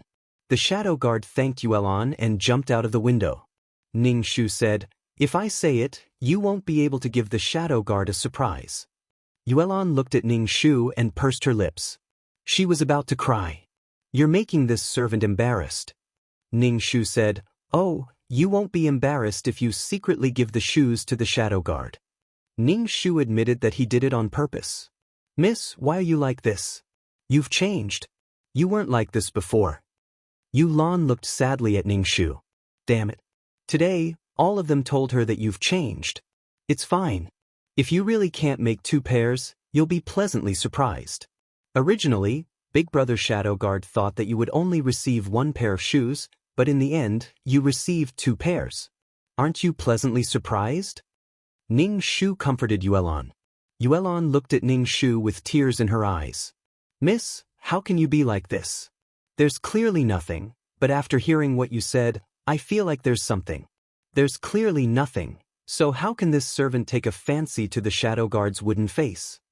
Ning Shu quickly covered Yuelon's mouth and said to her, "Although what you said is the truth, you can't say it so casually. If this is heard by Big Brother Shadow Guard, what if Big Brother Shadow Guard leaves heartbroken?" Yulan shook her head. Ning Shu released Yulan's mouth. Yulan said, "This servant thinks that Hidden Guard Gidge is a good person." After being given the good person card, there was usually no play. Sure enough, as Ning Shu expected, Qi Xing came to find her at night. Ning Shu felt very speechless. What couldn't be said during the day? Why did he have to wait until night time? She could tell that this guy had bad intentions. When Ning Shu opened the door, Qi Xing was holding a folding fan in his hand. He leaned against the door in a very handsome and lazy manner. When he saw Ning Shu, he said, "Little Red, take a walk with young master. Young master has something to say to you." Ning Shu blinked her panda eyes and asked, "What's the matter?" "Young master, it's so late. What do you have to say to this servant?" "This servant wants to sleep now." Qi Xing frowned and looked at Ning Shu's face. He asked, "Don't you wash your face at night? Why do you sleep with makeup on at night? This lead powder is very bad for the skin. Go wash your face and take a walk with young master." Ning Shu touched her face shyly and said, "This servant likes this makeup. Even if I sleep, I don't want to wash my face." Qi Sheng's eyes flashed with anger, but he quickly suppressed it. Ning Shu said gently, "It's okay. Take a walk with young master." Ning Shu followed behind Qi Sheng. Qi Sheng walked very slowly in front of him. His posture was very elegant and lazy. Under the bright moonlight he was like a person in a painting. Qi Sheng did not speak, and neither did Ning Shu. When they reached the pavilion, Qi Sheng sat on the stone bench and did not speak. To be honest, when Ning Shu saw Qi Sheng's current appearance, the image of Qi Sheng taking off his clothes and cutting a chicken appeared in his mind. The koi fish swam in the pool under the pavilion, making a little noise from time to time. It was like a ghost, making Ning Shu's hair stand on end. He felt that the surroundings were a little gloomy. "Young master, the moon tonight is really big and round." Ning Shu broke the silence. Qi Sheng looked at Ning Shu. Under the cold moonlight, her face was very pale. Her eyes were dark, and her lips were red. She looked like a ghost. Qi Sheng looked away and said, "I want to talk about what happened at noon."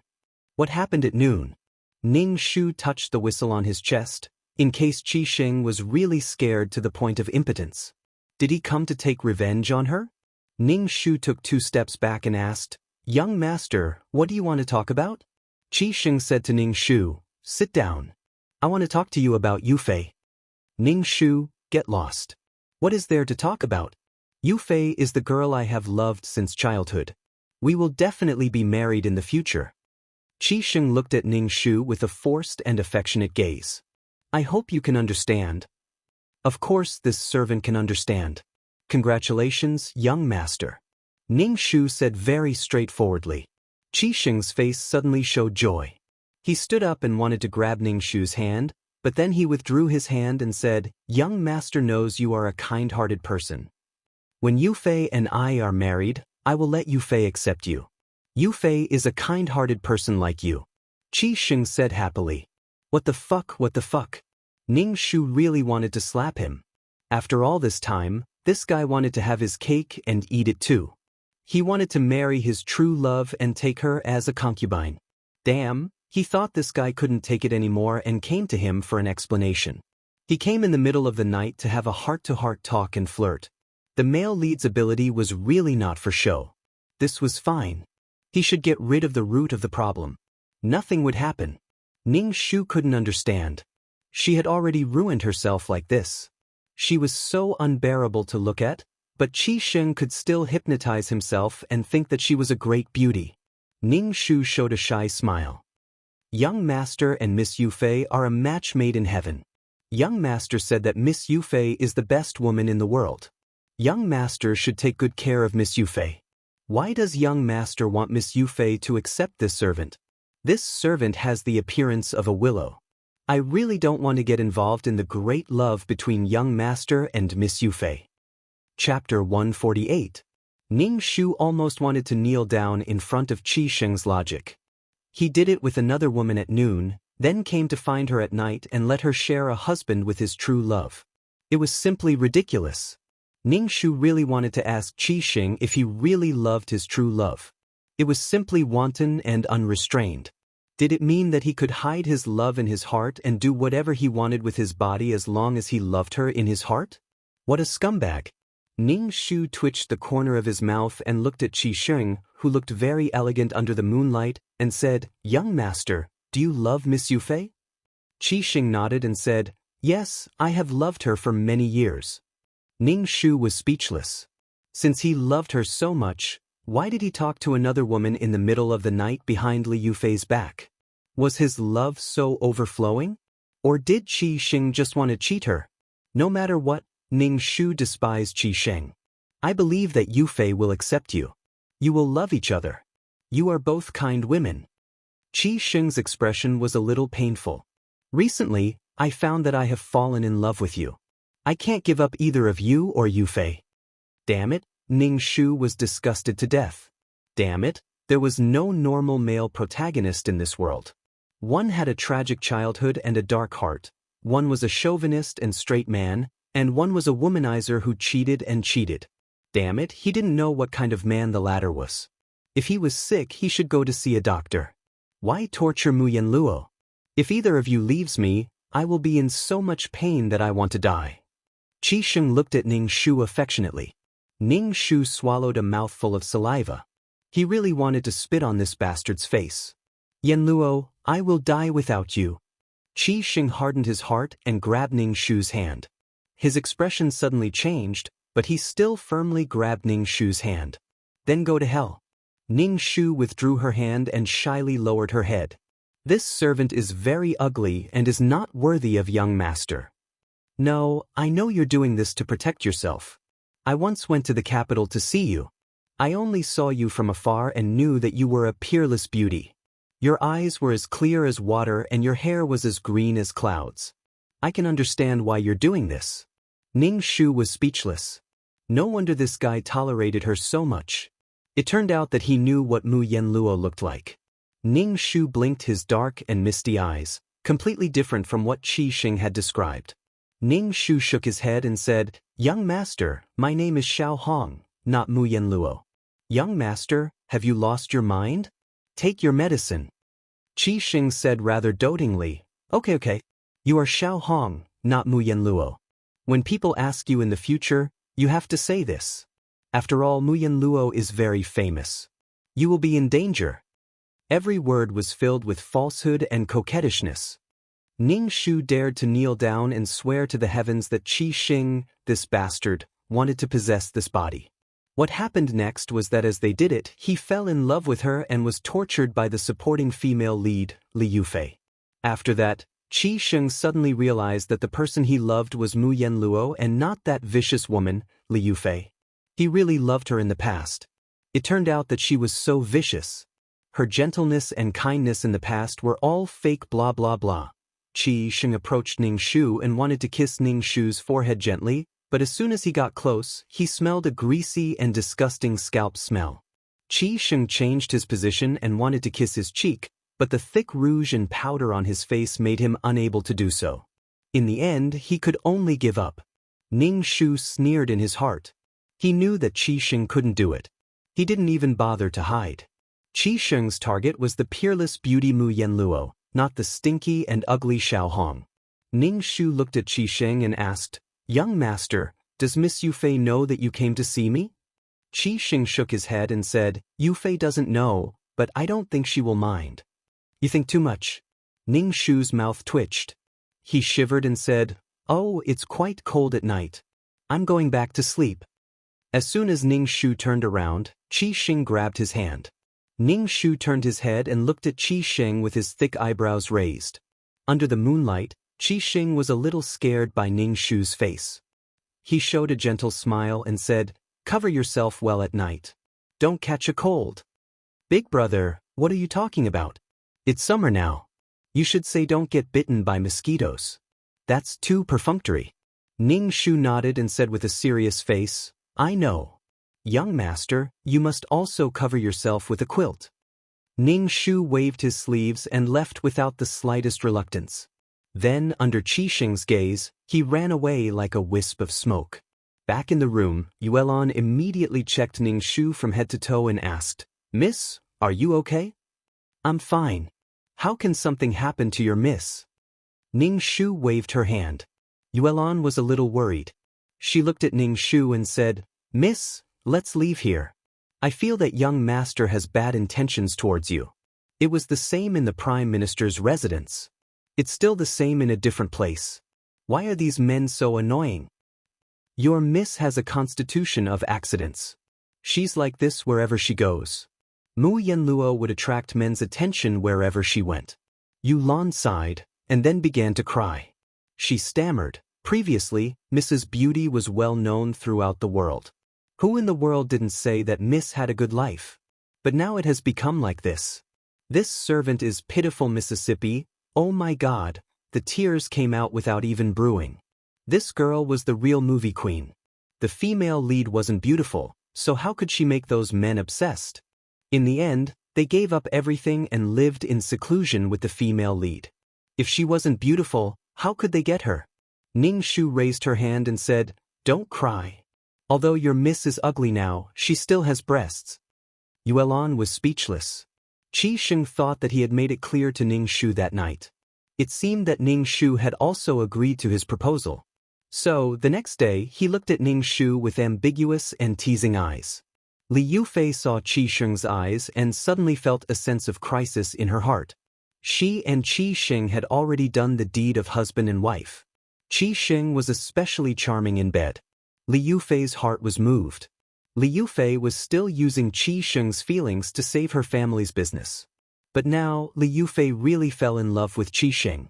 Not only did the female lead have the ability to make the male lead fall in love with the female lead after having sex, but the male lead also had this ability.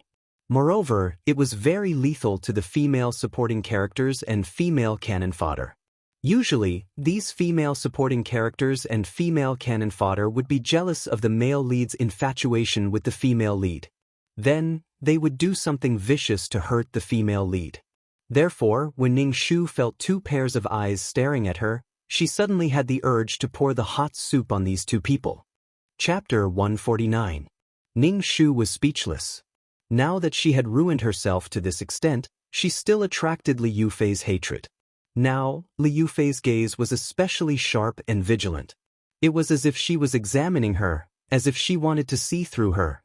Ning Shu put the hot soup on the table and smiled like an idiot. She said to Qi Sheng and Li Yufei, "Young master, Miss Yufei, the soup is here." Qi Sheng said, "There's no need to serve here. You can leave." Li Yufei also said gently, "Xiao Hong, you can leave. Come to my room later. Your makeup is really not exquisite enough. I'll teach you other techniques later." Ning Shu was speechless. Li Yufei probably wanted to know her true appearance. Qi Sheng's eyes lit up and he said, "You should get closer and let Yufei teach you makeup." Ning Shu didn't pay attention to the two of them at all. Since she didn't want anyone to serve her, she immediately left. Ning Shu returned to the room and saw Yuelan eating. Ning Shu suddenly thought of something. What did brother's secret guard eat? Ning Shu asked Yuelan, "Has your hidden guard brother eaten yet?" Yuelan put down her chopsticks and pouted. Ning Shu said, "He's not my brother. The secret guard has already eaten. This servant makes an extra portion every time I eat.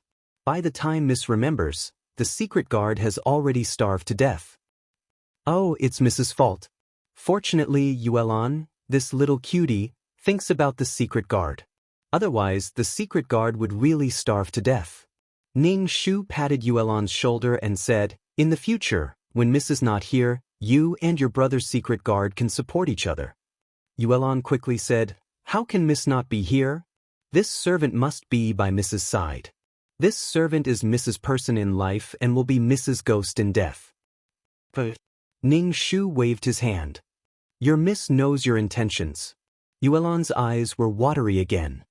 "Miss, no matter where you go, you must take this servant with you." He felt that this girl's tears were like tap water. As soon as the tap was turned on, tears would flow out. "I'll definitely bring you along. Don't worry," Ning Shu said. "You're little red. My young miss wants to see you." A maid walked in and saw Ning Shu's face. Her eyes flashed with disdain. "Hurry up, my miss wants to see you. Hurry up, and young Master Qi Sheng is also waiting. You'd better hurry up and not let the masters wait for too long." It seemed that Li Yufei wanted her to wash her face clean. "Hurry up, what are you dawdling for?" The young maidservant snapped at Ning Shu. Ning Shu pursed her lips and followed the maidservant to Li Yufei's courtyard. She walked into the room and saw that the previous colorful dress had been removed. Now, all the decorations were expensive and elegant. It was completely different from the vulgar style she used to wear. Qi Sheng was sitting in the hall. When he saw Ning Shu, he quickly said to Ning Shu, "You really should change your image." Li Yufei also said, "Go take a shower first." Li Yufei wanted to wash away the strange smell on her body, but with Qi Sheng next to her, she naturally couldn't say that. Ning Shu didn't want to expose her face at all. She didn't want to be disfigured by Li Yufei. It was very painful to be cut by a knife on the face. A woman's jealousy was really terrible. "The hot water is ready. Go take a shower. After that, I'll teach you how to put on makeup." Li Yufei saw that Ning Shu didn't move and said another sentence. Ning Shu sat on the ground with a plop, startling Qi Sheng and Li Yufei. Li Yufei quickly said, "Little Red, what are you doing? Get up quickly. The ground is cold." Qi Xing said, "If you have anything to say, we can all make decisions for you." Ning Shu cried and said, "Miss Yufei, please don't let me remove my makeup. Otherwise, I really can't see anyone." "Why is that?" Li Yufei asked in surprise. "I'm actually very ugly. The right side of my face has a black birthmark. That's why I put a thick layer of powder on my face to cover it." As Ning Shu spoke, she wiped off the powder on her face with her sleeve and then revealed the dark skin under the foundation. It was really dark and looked very disgusting. Qi Xing was stunned for a moment and asked, "Why do you have a birthmark? Your birthmark is fake, right?" "It's fake, isn't it?" When Ning Shu saw Qi Xing's disillusioned and nauseous look, she spat in her heart. Qi Xing slammed the folding fan on the table and then clenched it tightly in his hand. Blue veins appeared on the back of his hand and his face was ferocious for a moment. He turned to Li Yufei and said, "I have something to do. I'll leave first. You guys go ahead." Then he left without looking back. Li Yufei looked at Ning Shu's dark half-face and smiled more gently. She said, "Since you're like this, I won't force you. You can go." Then Ning Shu turned and left. On the way back, he met a livid Qi Xing. Qi Xing frowned and looked at Ning Shu and asked, "Are you really not Mu Yenluo?" Ning Shu blinked her panda eyes and said, "Young master, when did I say that I'm Mu Yenluo? I've always emphasized that I'm Xiaohong, which means small and red. I'm not Mu Yenluo." "Young master, you've always said that I'm Mu Yenluo. I've always denied it." Ning Shu stepped on Qi Xing's sore spot. Abuse points, 10. Current abuse points, 20. 2333's voice was a little violent. "Why are there so few abuse points, Ning Shu? How the hell would I know? It would be strange if someone with a fox's mind didn't get abused so easily." "Then what's the matter with the maid beside you? She's a wanted person." Qi Xing was still making his final struggle. Ning Shu looked at Qi Xing with his dark half-face and said in a suppressed voice, "That maid is a wanted criminal? I'm not very clear about this." Ning Shu lowered his head shyly and said, "I met this maid halfway. At that time, she was lying in the middle of the road. My father and I saved her. Later, my father passed away. I told her to call me Mississippi. My father isn't a high-ranking official. It was all for vanity's sake." "Young master, enough, don't say any more." Qi Xing covered his face with his hands and rubbed them twice. "Why did you lie to me? Why did you lie to me?" When Ning Shu heard this, she almost spat at Qi Xing's face. Ning Shu widened her misty eyes and asked in shock, "When has this servant ever lied to you? This servant has never lied to you." Qi Xing's face twitched and he roared loudly, "Xiaohong is a fake name. I thought you were Mu Yenluo. What's wrong with Xiaohong? I have an older brother called Xiaoming. I'm called Xiaohong." Ning Shu nodded firmly.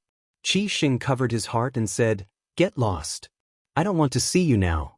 How dare you lie to me?" Ning Shu turned and ran away. Chapter 150.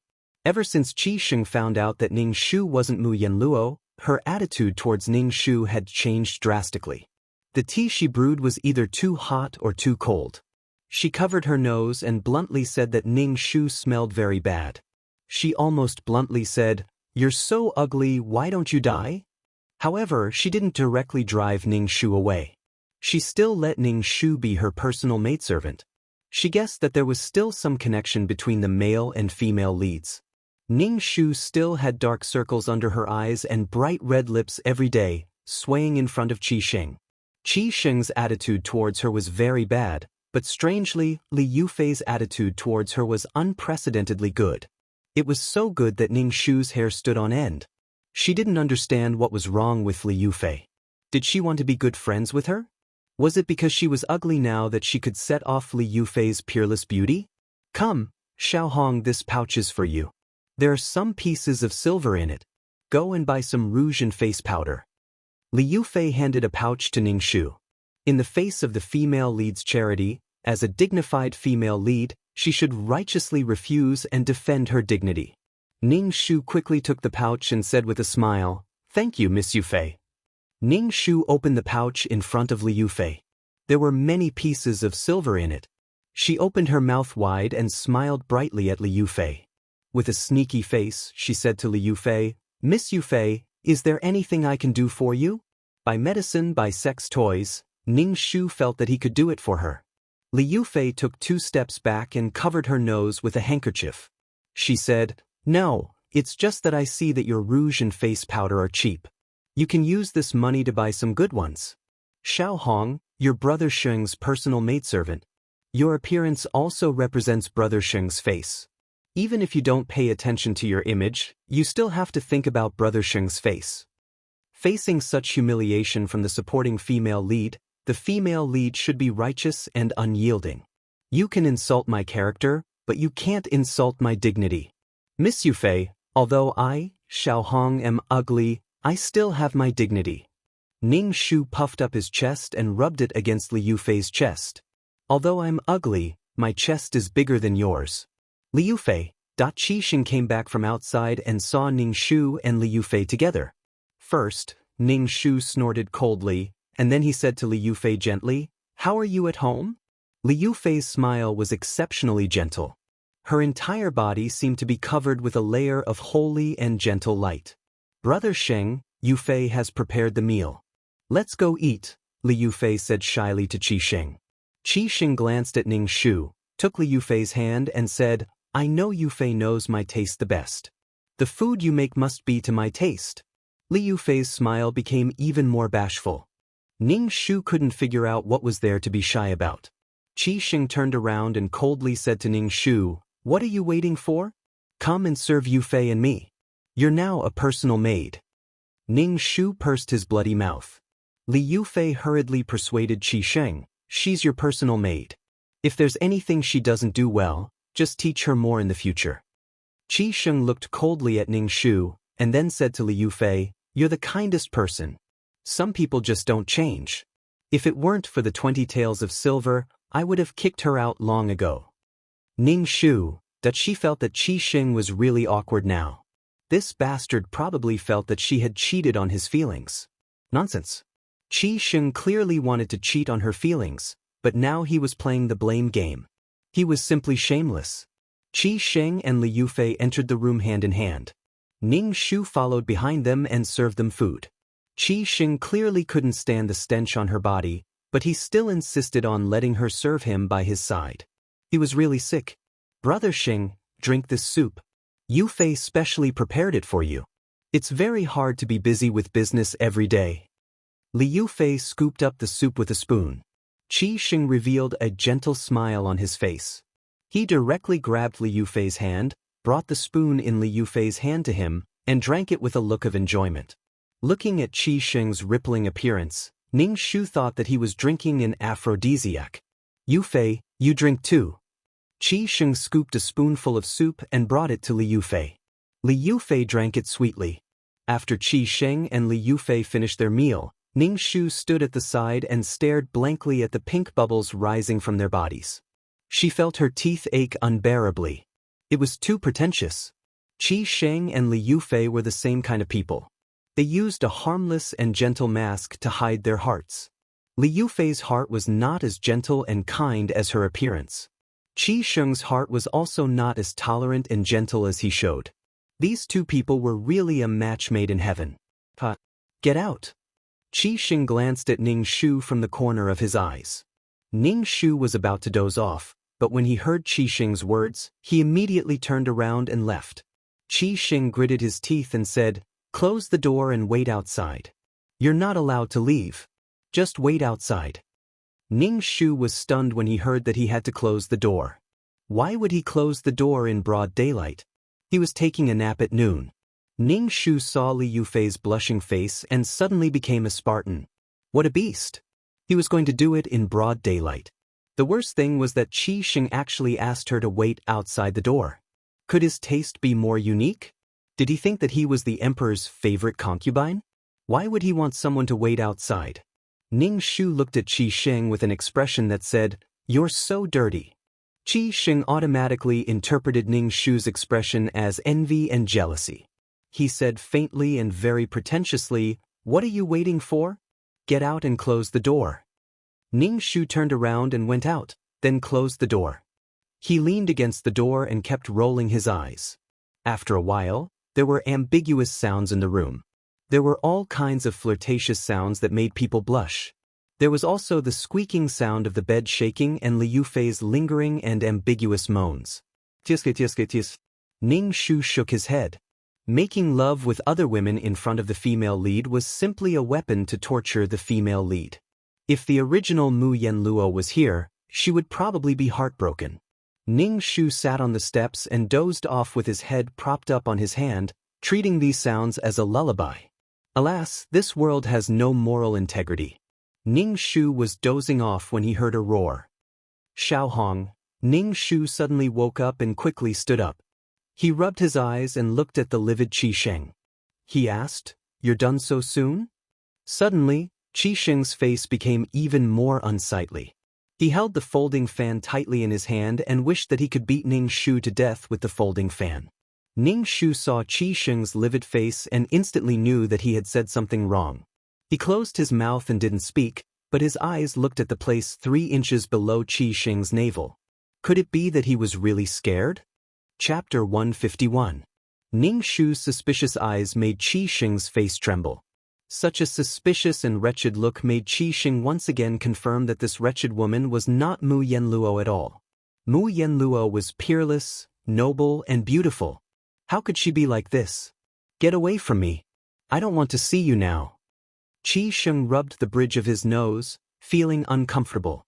Ning Shu quickly left. Qi Sheng stopped Ning Shu again. Xiaohong, wait a minute.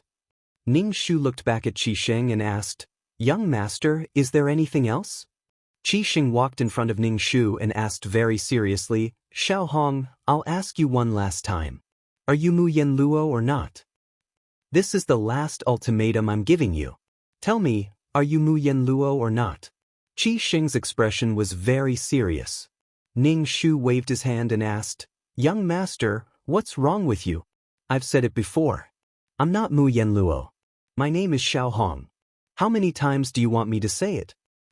Very good, very good. Do you feel happy to tease me again and again?" Qi Sheng's face was livid. "From now on, you're no longer my personal maid. You'll be a servant of the Qi family." Qi Sheng turned around and left after saying that. After taking 2 steps, he turned back and said to Ning Shu contemptuously, "This is the price you have to pay for deceiving me. Damn, everything was just your imagination. She had never said that she was Mu Yenluo. Now you're blaming me? Can you be reasonable?" After being deprived of her identity as a personal maid, Ning Shu was taken to the washtub by the ruthless nanny steward.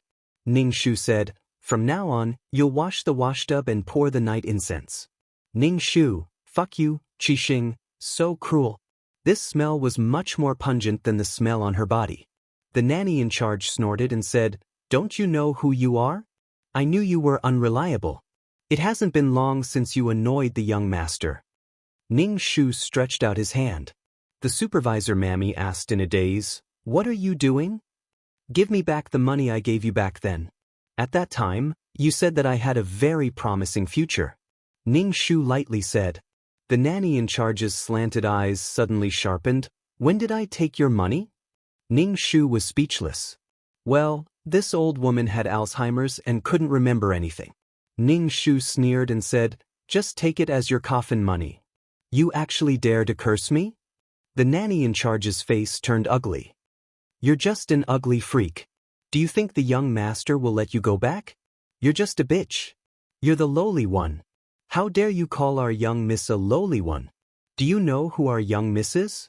You actually let our young miss do such a dirty job." Yuelon stuck out her chest and was very imposing, scaring the nanny in charge. In the end, she was a maid of the Prime Minister's family and had seen the world. Ning Shu gave Yuelon a thumbs up. Yuelon immediately smiled at Ning Shu, destroying the imposing manner just now. The nanny in charge left with an unfriendly expression. She looked at Ning Shu with a particularly vicious gaze. When the female lead was in trouble, there would always be 1 or 2 vicious cannon fodders to deal with her. Ning Shu would never admit that she had courted death just now. Relying on the fact that she was the female lead, she had no scruples. Anyway, she wouldn't die. As long as she didn't get pushed by these 7 men, she would have completed the task. She would help Mu Yenluo get rid of these men and get rid of the NP ending. To be honest, Ning Shu would rather play with these NPCs. If she stayed with the male lead, she would be in danger of being pushed at any time. For example, she was facing Yi Lai Xiang and Gong Tong now. She didn't have to worry about being pushed by the male lead at all. Yuelon covered her nose and said to Ning Shu, "Young miss, are we really going to do this? It's really smelly." Ning Shu clapped her hands and said indifferently, "Your family's young miss is so noble and elegant. Such a peerless beauty, how could she do this kind of thing? Even washing clothes is more elegant than this." "Then let's go, young Mississippi. Didn't you say you wanted to travel around? Let's go now. Young miss, blow the whistle and let the shadow guards take us away." Yuelon held her breath and tried her best not to breathe. Her face was red from holding it in. Ning Shu looked at the sky at a 45-degree angle with a sad and beautiful face. Don't even mention how sinful she was. Your family's young miss still has things to do. She will leave soon, Ning Shu said in a rough voice. Yuelon was speechless. This servant doesn't understand what young miss wants to do. Yuelon nodded firmly. Wherever young miss goes, this servant will follow. Ning Shu's tears fell. This smell is too strong. The smell of urea fertilizer was very strong. That's right. Yuelon also wiped her tears. "Little Red, our young miss is looking for you," a servant girl shouted at Ning Shu from afar. Ning Shu saw that the servant girl was one of Li Yufei's people. All kinds of conspiracy theories appeared in Ning Shu's mind. For example, Li Yufei saw that she was tired of Qi Sheng and wanted to find all kinds of reasons to torture her. Disfigure her? "Little Red, come here quickly." The servant girl saw that Ning Shu didn't move and didn't dare to come over. She shouted at Ning Shu in a flustered and exasperated manner. Ning Shu walked over, carrying a strong smell. The servant girl almost vomited. She hurriedly said, "Young miss is looking for you," and ran away. Ning Shu couldn't figure out why Li Yufei was looking for her. Ning Shu didn't even wash up before heading to Li Yufei's courtyard. Ever since she came to the Qi residence, Ning Shu found that her body was full of all kinds of smells. Now, with the addition of the smell of the 5 grains, it was even more disgusting. As soon as Ning Shu walked into the room, Li Yufei immediately covered her nose. Ning Shu shouted, "What's that smell? Go wash up first. I have something to tell you. After you wash up, put on some powder," Li Yufei said with a frown. Ning Shu became more and more puzzled. What was this girl trying to do? Could it be that Li Yufei wanted to be good friends with her? That was impossible. The female lead had a halo that would make other women jealous. It would make people inexplicably unhappy with the female lead and then cause trouble for the female lead. She, the cannon fodder, became the female lead. Did this halo disappear? This didn't make sense. This wasn't fair. She was still the female lead. Ning Shu went back to wash up. Then, according to Li Yufei's request, she put some powder on her body and poured out an entire box. Right now, Ning Shu was very fragrant. Very fragrant, so fragrant that it was pungent. Ning Shu entered the room with a strong fragrance, causing Li Yufei to sneeze. She covered her nose and asked, "How much powder did you put on? Can't you smell it yourself?" "This servant can smell it. It's very fragrant. Young Miss Yufei, smell it?" Ning Shu walked in front of Li Yufei and raised her arm to Li Yufei's nose. Li Yufei's face darkened as she took a step back. She said with an ugly expression, "Little Red, I called you here because I have something to ask you."